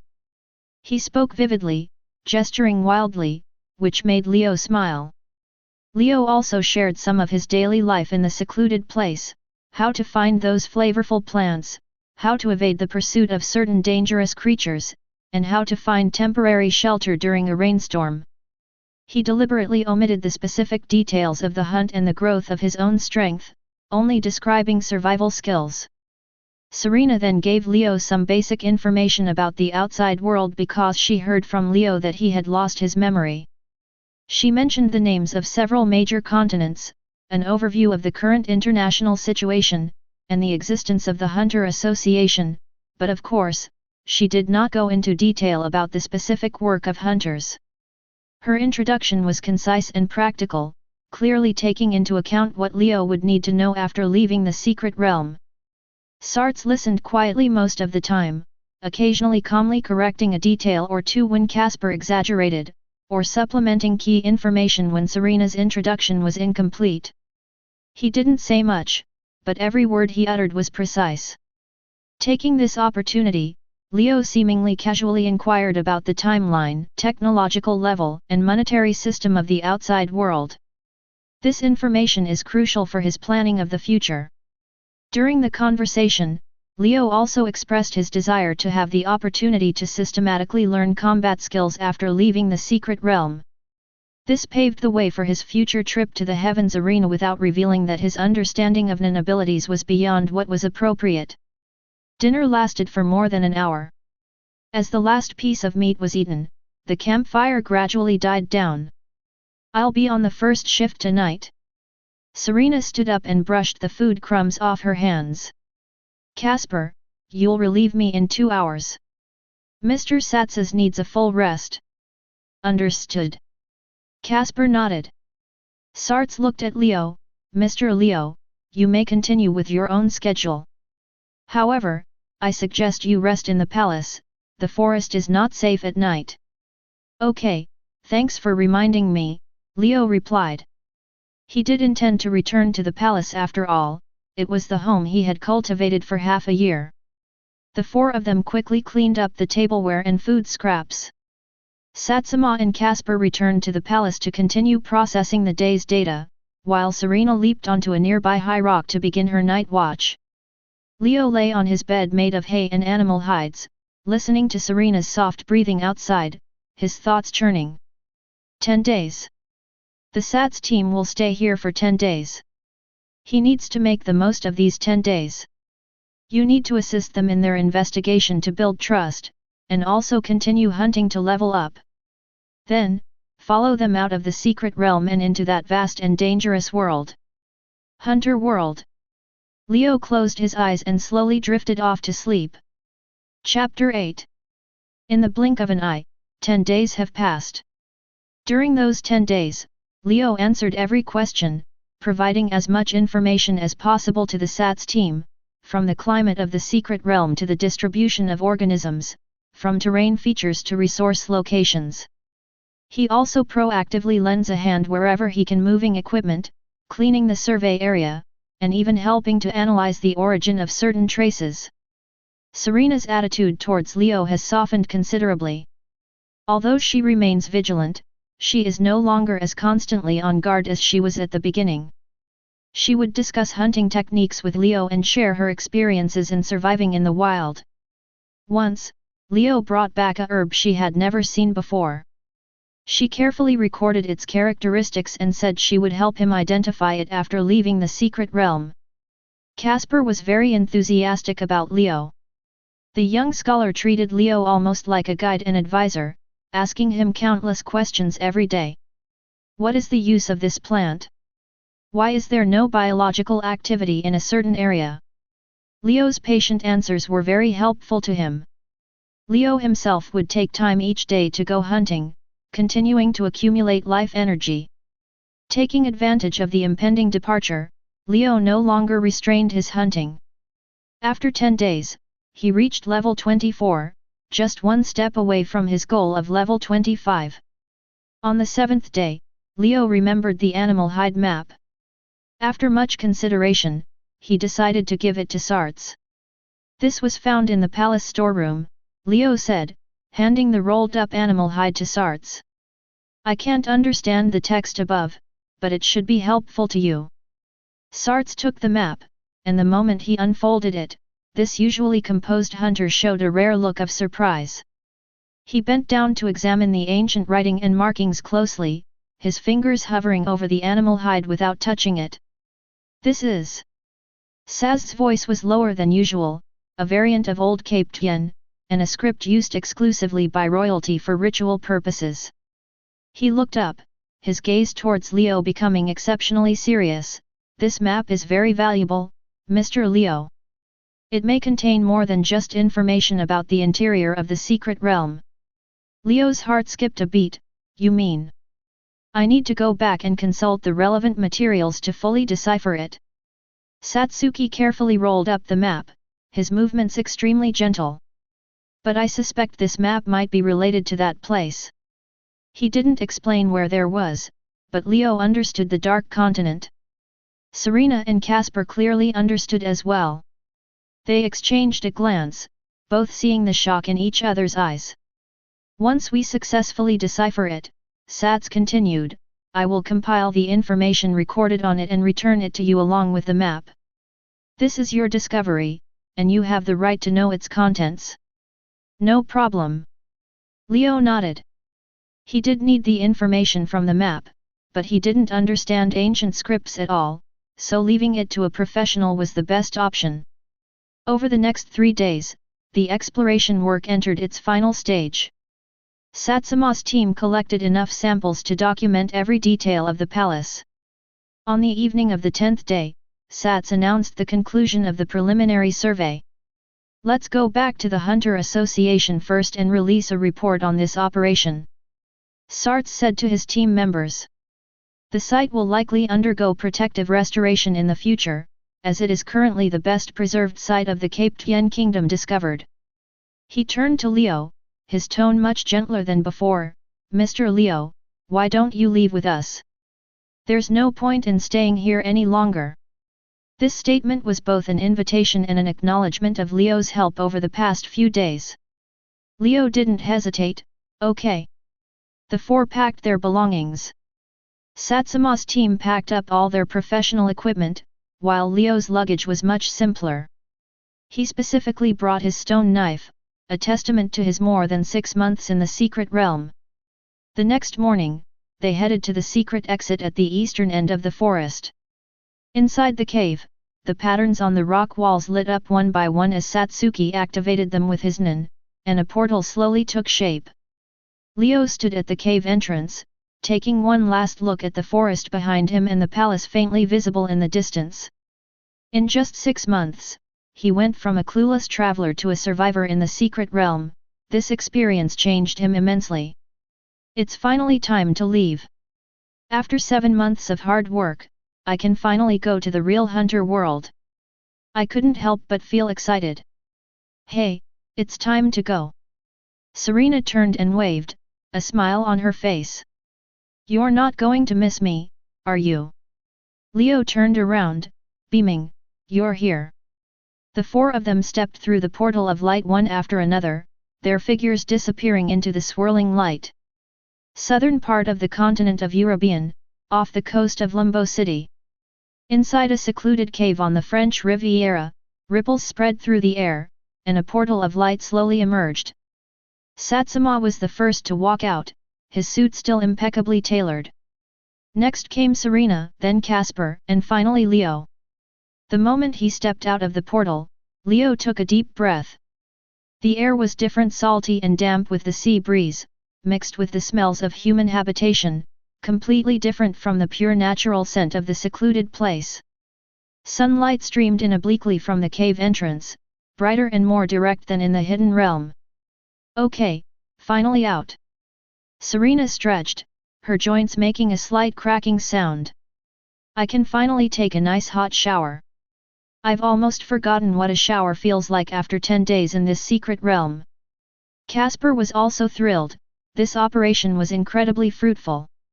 Those samples, the data. I want to get back to the Institute as soon as possible to analyze them. Especially that map, Mr. Sarts, when do we begin the deciphering work? Return to the association and submit a report first, Sats said calmly. The decryption work will take time, possibly several months, or even longer. Leo didn't speak, he simply stood at the cave entrance, gazing at the faint outline of the town in the distance.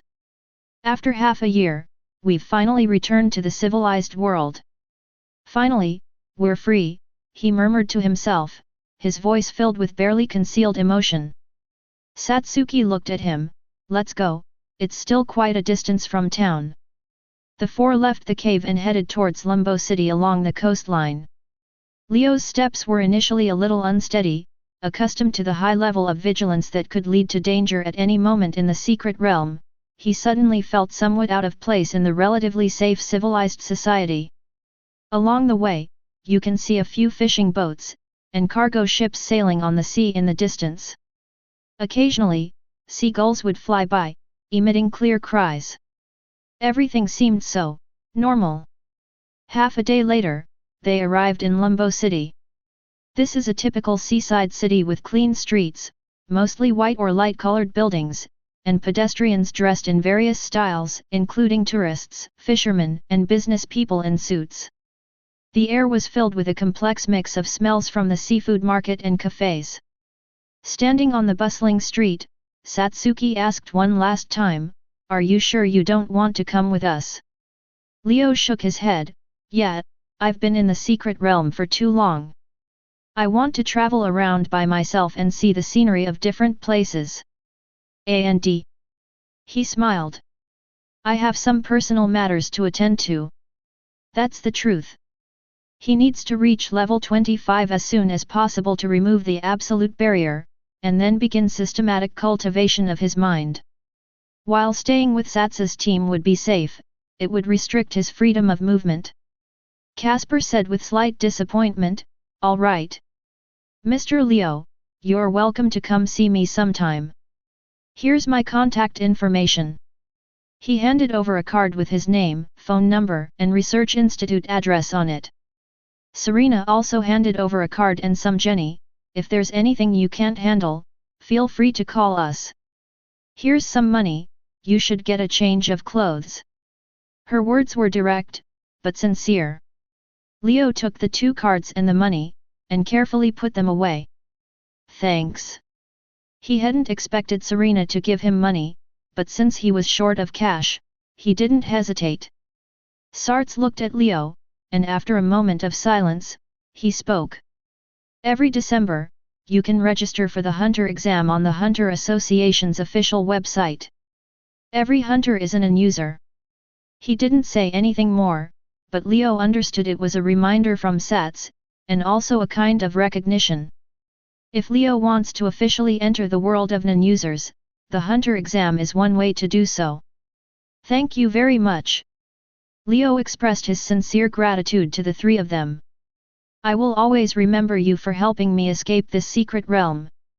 Serena stepped forward, patted him on the shoulder, and said with a bright smile, "Don't be so formal, we're already friends." The word friend warmed Leo's heart. This was the first time anyone had used that word on him since he traveled through time. Yes, friend. Leo smiled too, this time a smile without calculation or pretense, just pure joy. He waved to the three men, then turned and merged into the crowd.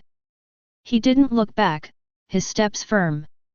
Satsuma, Serena, and Casper stood there, watching Leo's figure disappear around the street corner. Actually, we don't need to take him out, Serena suddenly spoke, her tone calm. He should be able to leave on his own, right? Sarts nodded, it seems you've also noticed Leo's difference. Serena hummed in agreement. Casper awkwardly scratched the back of his head and chuckled, he clearly hadn't noticed. Oaths and constraints. Sats continued. I think this is probably why Leo can't use Nen, yet he can still relentlessly hunt various powerful creatures. Casper asked, puzzled, oaths and constraints? What are those? Serena sighed helplessly, are you an idiot? Didn't you listen carefully when you were studying? Indeed not. Casper answered honestly. He was a scholar, not very interested in the combat applications of Nen, and focused on archaeological work after only learning the basics. Sarts explains, if you impose certain constraints and vows on yourself during practice, the success rate will increase. The stricter the constraints, the higher the success rate. Set rules, make an internal vow, and uphold them. The more difficult the rules, the greater the power they unleash. He paused, then continued, if we compare normal Nen ability to addition, then Nen ability that follows the rules is multiplication, the power increases exponentially. But it's also a double-edged sword. Breaking the oath will backfire, potentially causing the loss of Nen ability, or in severe cases, even death. Casper exclaimed, that sounds so dangerous. Sarts didn't say anything more. He looked in the direction Leo had disappeared, his eyes, hidden beneath his purple hair, thoughtful. Satsuki turned around, let's go, it's time to get back to the association. The three walked towards the airport. The sunlight stretched their shadows long, intertwining with the shadows of the bustling crowd. Meanwhile, on the other side of the city, Leo was standing outside a bookstore, looking at the world map displayed in the window. Leo said in a low voice. Hunter's World, here I come. On the back of his hand, a dark red tattoo gleamed slightly in the sunlight. Level 24. One level away. A new journey has begun. Chapter 9. When Leo came out of the clothing store, he had changed into a white casual outfit. The simple style and well-fitting cut make him look like a completely different person from his previous animal skin outfit. He paid with a small amount of emergency funds that Satsuki's team had given him before they left, not much, but enough to buy basic equipment. Having spent half a year in the forest, all he wants now is to experience the warmth of human life. The streets of Limbo City were clean and tidy, and the sea breeze carried a salty, damp scent. He wandered aimlessly, watching people chatting leisurely in roadside cafes, children chasing and playing in the park, and street performers. These ordinary scenes brought him an indescribable warmth after he had been surviving alone in the secret realm for half a year. As evening approached, he found a clean and affordable hotel to stay in. A hot shower washed away the dust of his journey, and lying on the soft bed felt both strange and comfortable. He slept exceptionally well that night. The next day, Leo went to the airport. He used the remaining money to buy a ticket to Kent. The spaceship traveled for a day. Upon setting foot on Kent's soil, Leo realized a stark reality: after buying the plane ticket, he was basically out of money. He walked the streets of Kent, pondering his next move. The immediate priority is to make money we need to cover food and lodging expenses, as well as start up capital for subsequent operations. As he walked and pondered, a commotion ahead caught his attention. A large crowd gathered in front of a restaurant, with cheers and whistles echoing throughout. Leo approached and saw a large sign standing at the entrance. Celebrating our 30th anniversary, eating contest. The rules are as follows. Eat a whole hog with a large nose within an hour and your meal is free. If the challenge is failed, double the meal cost, 200,000 genie, must be paid. The winner with the shortest time will be the champion of this year's competition and will receive a prize of 500,000 jewels. The runner-up prize is 250,000 shots. The giant-nosed boar. Leo remembered this creature. Its size was comparable to a small elephant, and its meat was delicious but plentiful. A normal adult wouldn't be able to finish eating a whole carcass, let alone in an hour, or even in a day. This challenge is clearly a marketing gimmick by the restaurant. But for him, it might not be impossible. A level 24 physical fitness level not only brings strength and speed, but also metabolism and digestive capacity far exceeding those of ordinary people. Later in the game, when food was plentiful, he tested his appetite, roughly equivalent to the combined intake of 15 adults. 500,000 nuns should be enough for him for a while. Leo walked into the restaurant. The interior space appears more spacious than the exterior, with a large open area in the center surrounded by tables and chairs, filled with diners watching the spectacle. "I want to take on the challenge," Leo said to the waiter at the door. The waitress was a young girl. She sized up Leo. His white casual clothes gave him a well-proportioned but not particularly muscular figure, and he didn't look like the type to be a big eater. "Are you sure?" she kindly reminded him. "The huge-nosed boar is really big, and if it fails, you'll have to pay double." "I'm sure." Leo smiled. The diners who overheard the conversation began to whisper among themselves. "Another one. She doesn't look like the type who would eat a lot. The fat guy in the last challenge only ate a quarter of it before throwing up. Just wait and see what happens." Leo was led to the waiting area next to the ring. There were 2 other challengers ahead of him, both eager to fight. Half an hour later, it was Leo's turn.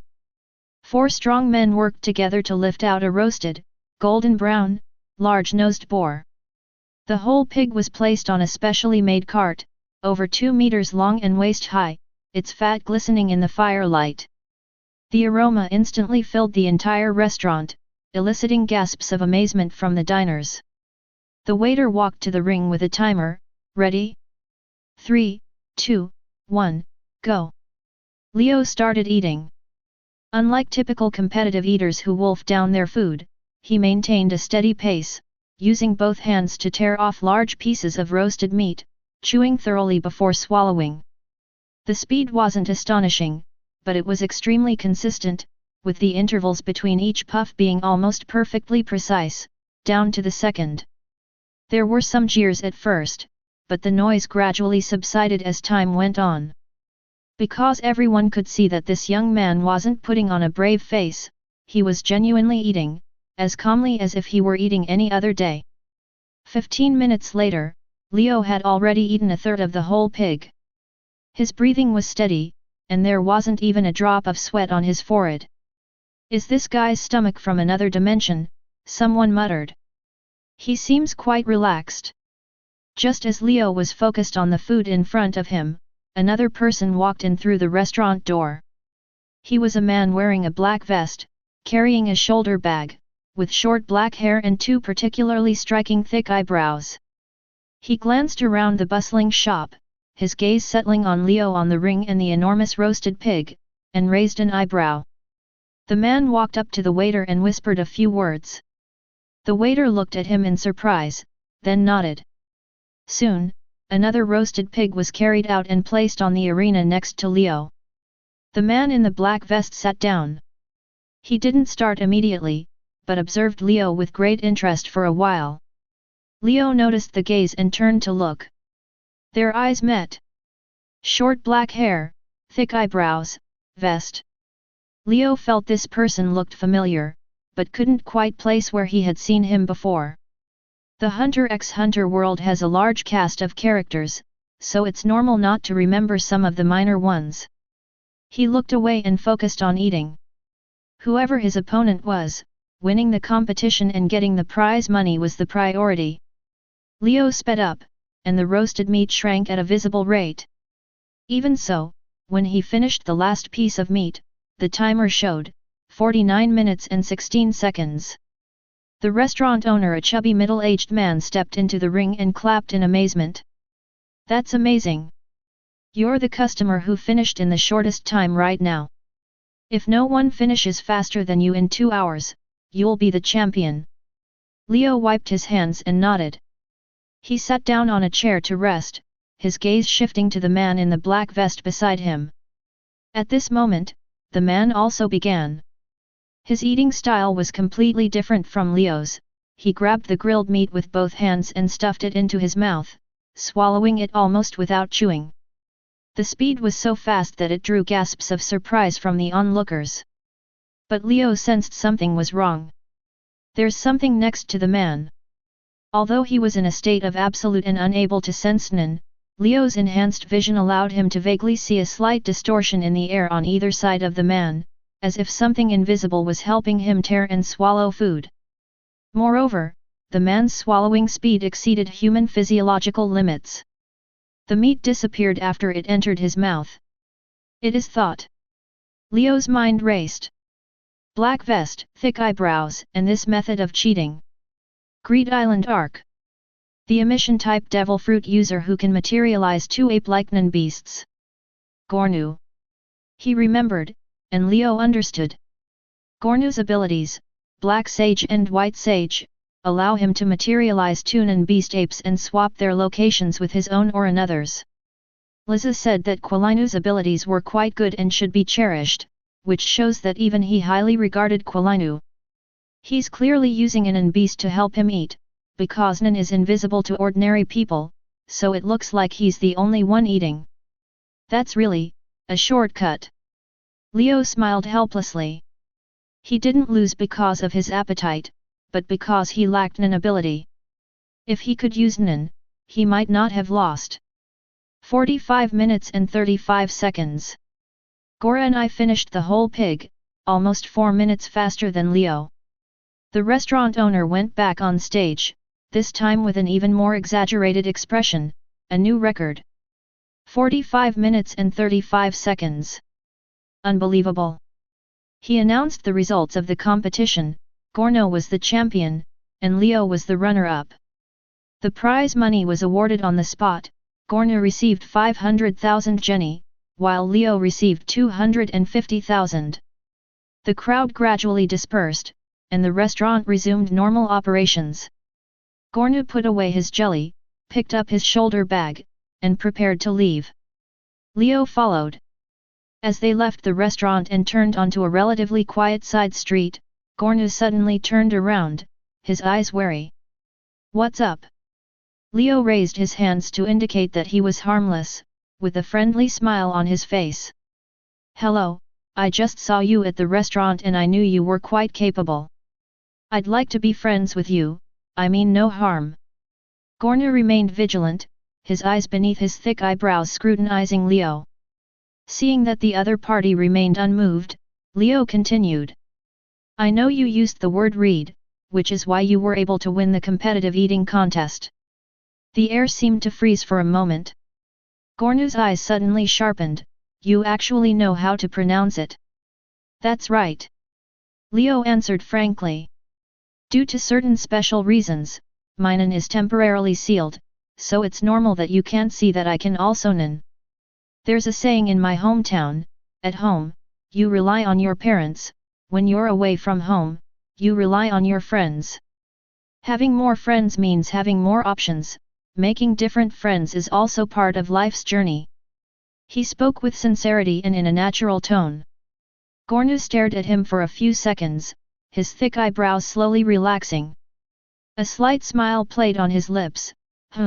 What you said makes a lot of sense. He extended his hand. My name is Guo Linu. Leo shook his hand and smiled. My name is Leo. It's nice to meet you. The moment their hands clasped, Leo could feel the thickness and strength of the other's palms, hands that had been trained over a long period of time. Gornu released his grip and nodded. Judging from how you ate just now, you're not simple. An ordinary person couldn't possibly have that kind of appetite.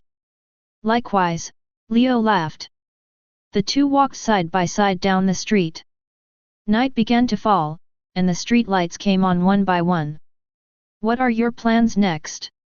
Guo Linu asked casually. Let's find a place to stay first, and then, maybe we'll check out the Sky Arena. Leo didn't hide anything. Gornu paused slightly, glancing at him. The Sky Arena? You want to fight in the ring? I want to make some money and also gain practical experience, Leo said honestly. Then you've come to the right place, said Gornu. But be careful, there are all sorts of guys in the arena. Don't reveal your full strength too early. This was a well-intentioned reminder. Leo nodded. Understood. Thank you. They stopped in front of a coffee shop. Gornu took out a pen and paper from his shoulder bag and wrote down a string of numbers. Here's my contact information. If you run into trouble in Kent, you can contact me provided I'm still here, of course. Leo took the note. Are you planning to leave? Almost. Gornu gazed into the distance. I was just traveling, and participating in that competition was purely on a whim. I might stay a few more days, or I might leave tomorrow. Okay, I forgot to buy a cell phone. I'll contact you by phone. See you again sometime. Leo put away the note. See you again sometime. Gornu waved and turned to merge into the crowd. Leo watched his retreating figure disappear before looking down at the 250,000 Jenny in his hand and the note with his contact information. My first non-user friend in the Hunter x Hunter world. Although it's only our first meeting, it's a good start. He looked up at the night sky, where the neon lights of Kent had turned it a dark red. Next, it's time to head to the Sky Arena. But before we go, there's one more thing we need to do. Reach level 25 to remove the absolute effect. Leo touched the dark red tattoo on the back of his hand. He was one level away from level 1, he needed to hunt some more creatures. I'll scout out Biscayne National Park tomorrow. He walked toward the hotel on the street corner, already having a clear plan in mind. Chapter 10. Leo woke up in the hotel the next morning. He first went to the grocery store and bought a cell phone, a basic model with simple but sufficient functions. After saving Serena, Casper, and Gornu's contact information, he dialed their numbers one by one. Serena was somewhat surprised when she received the call. You contacted me so quickly? I thought you were going to disappear for a while. We have to keep up with the times, Leo said with a smile. How have you been these past few days? Serena asked. Everything is fine, very good, Leo replied naturally. He didn't mention participating in a competitive eating contest, these trivial matters don't need much explanation. Casper was very excited when he received the call, and he talked for a long time about the progress of the Institute's work, mentioning that Sarts had begun to decipher the map, but progress was slow. Leo listened patiently before finally giving his number. Leo couldn't get through to Gornu by phone, so he sent a text message explaining that this was his contact information. After dealing with these matters, Leo bought a map of Kent and the surrounding area. He found the location of Biscayne Forest Park on the map, about 60 kilometers from the city, which was a good place for a short retreat. After purchasing some daily necessities and dry food, Leo left Kent. The city's high-rise buildings were gradually replaced by low-rise bungalows, and then the bungalows were left behind. The view opened up, and endless greenery covered the land. 2 hours later, Leo officially entered the Biscayne Forest Park area. This place is different from the secret forest, the trees are not as tall and dense, and the species are much more docile.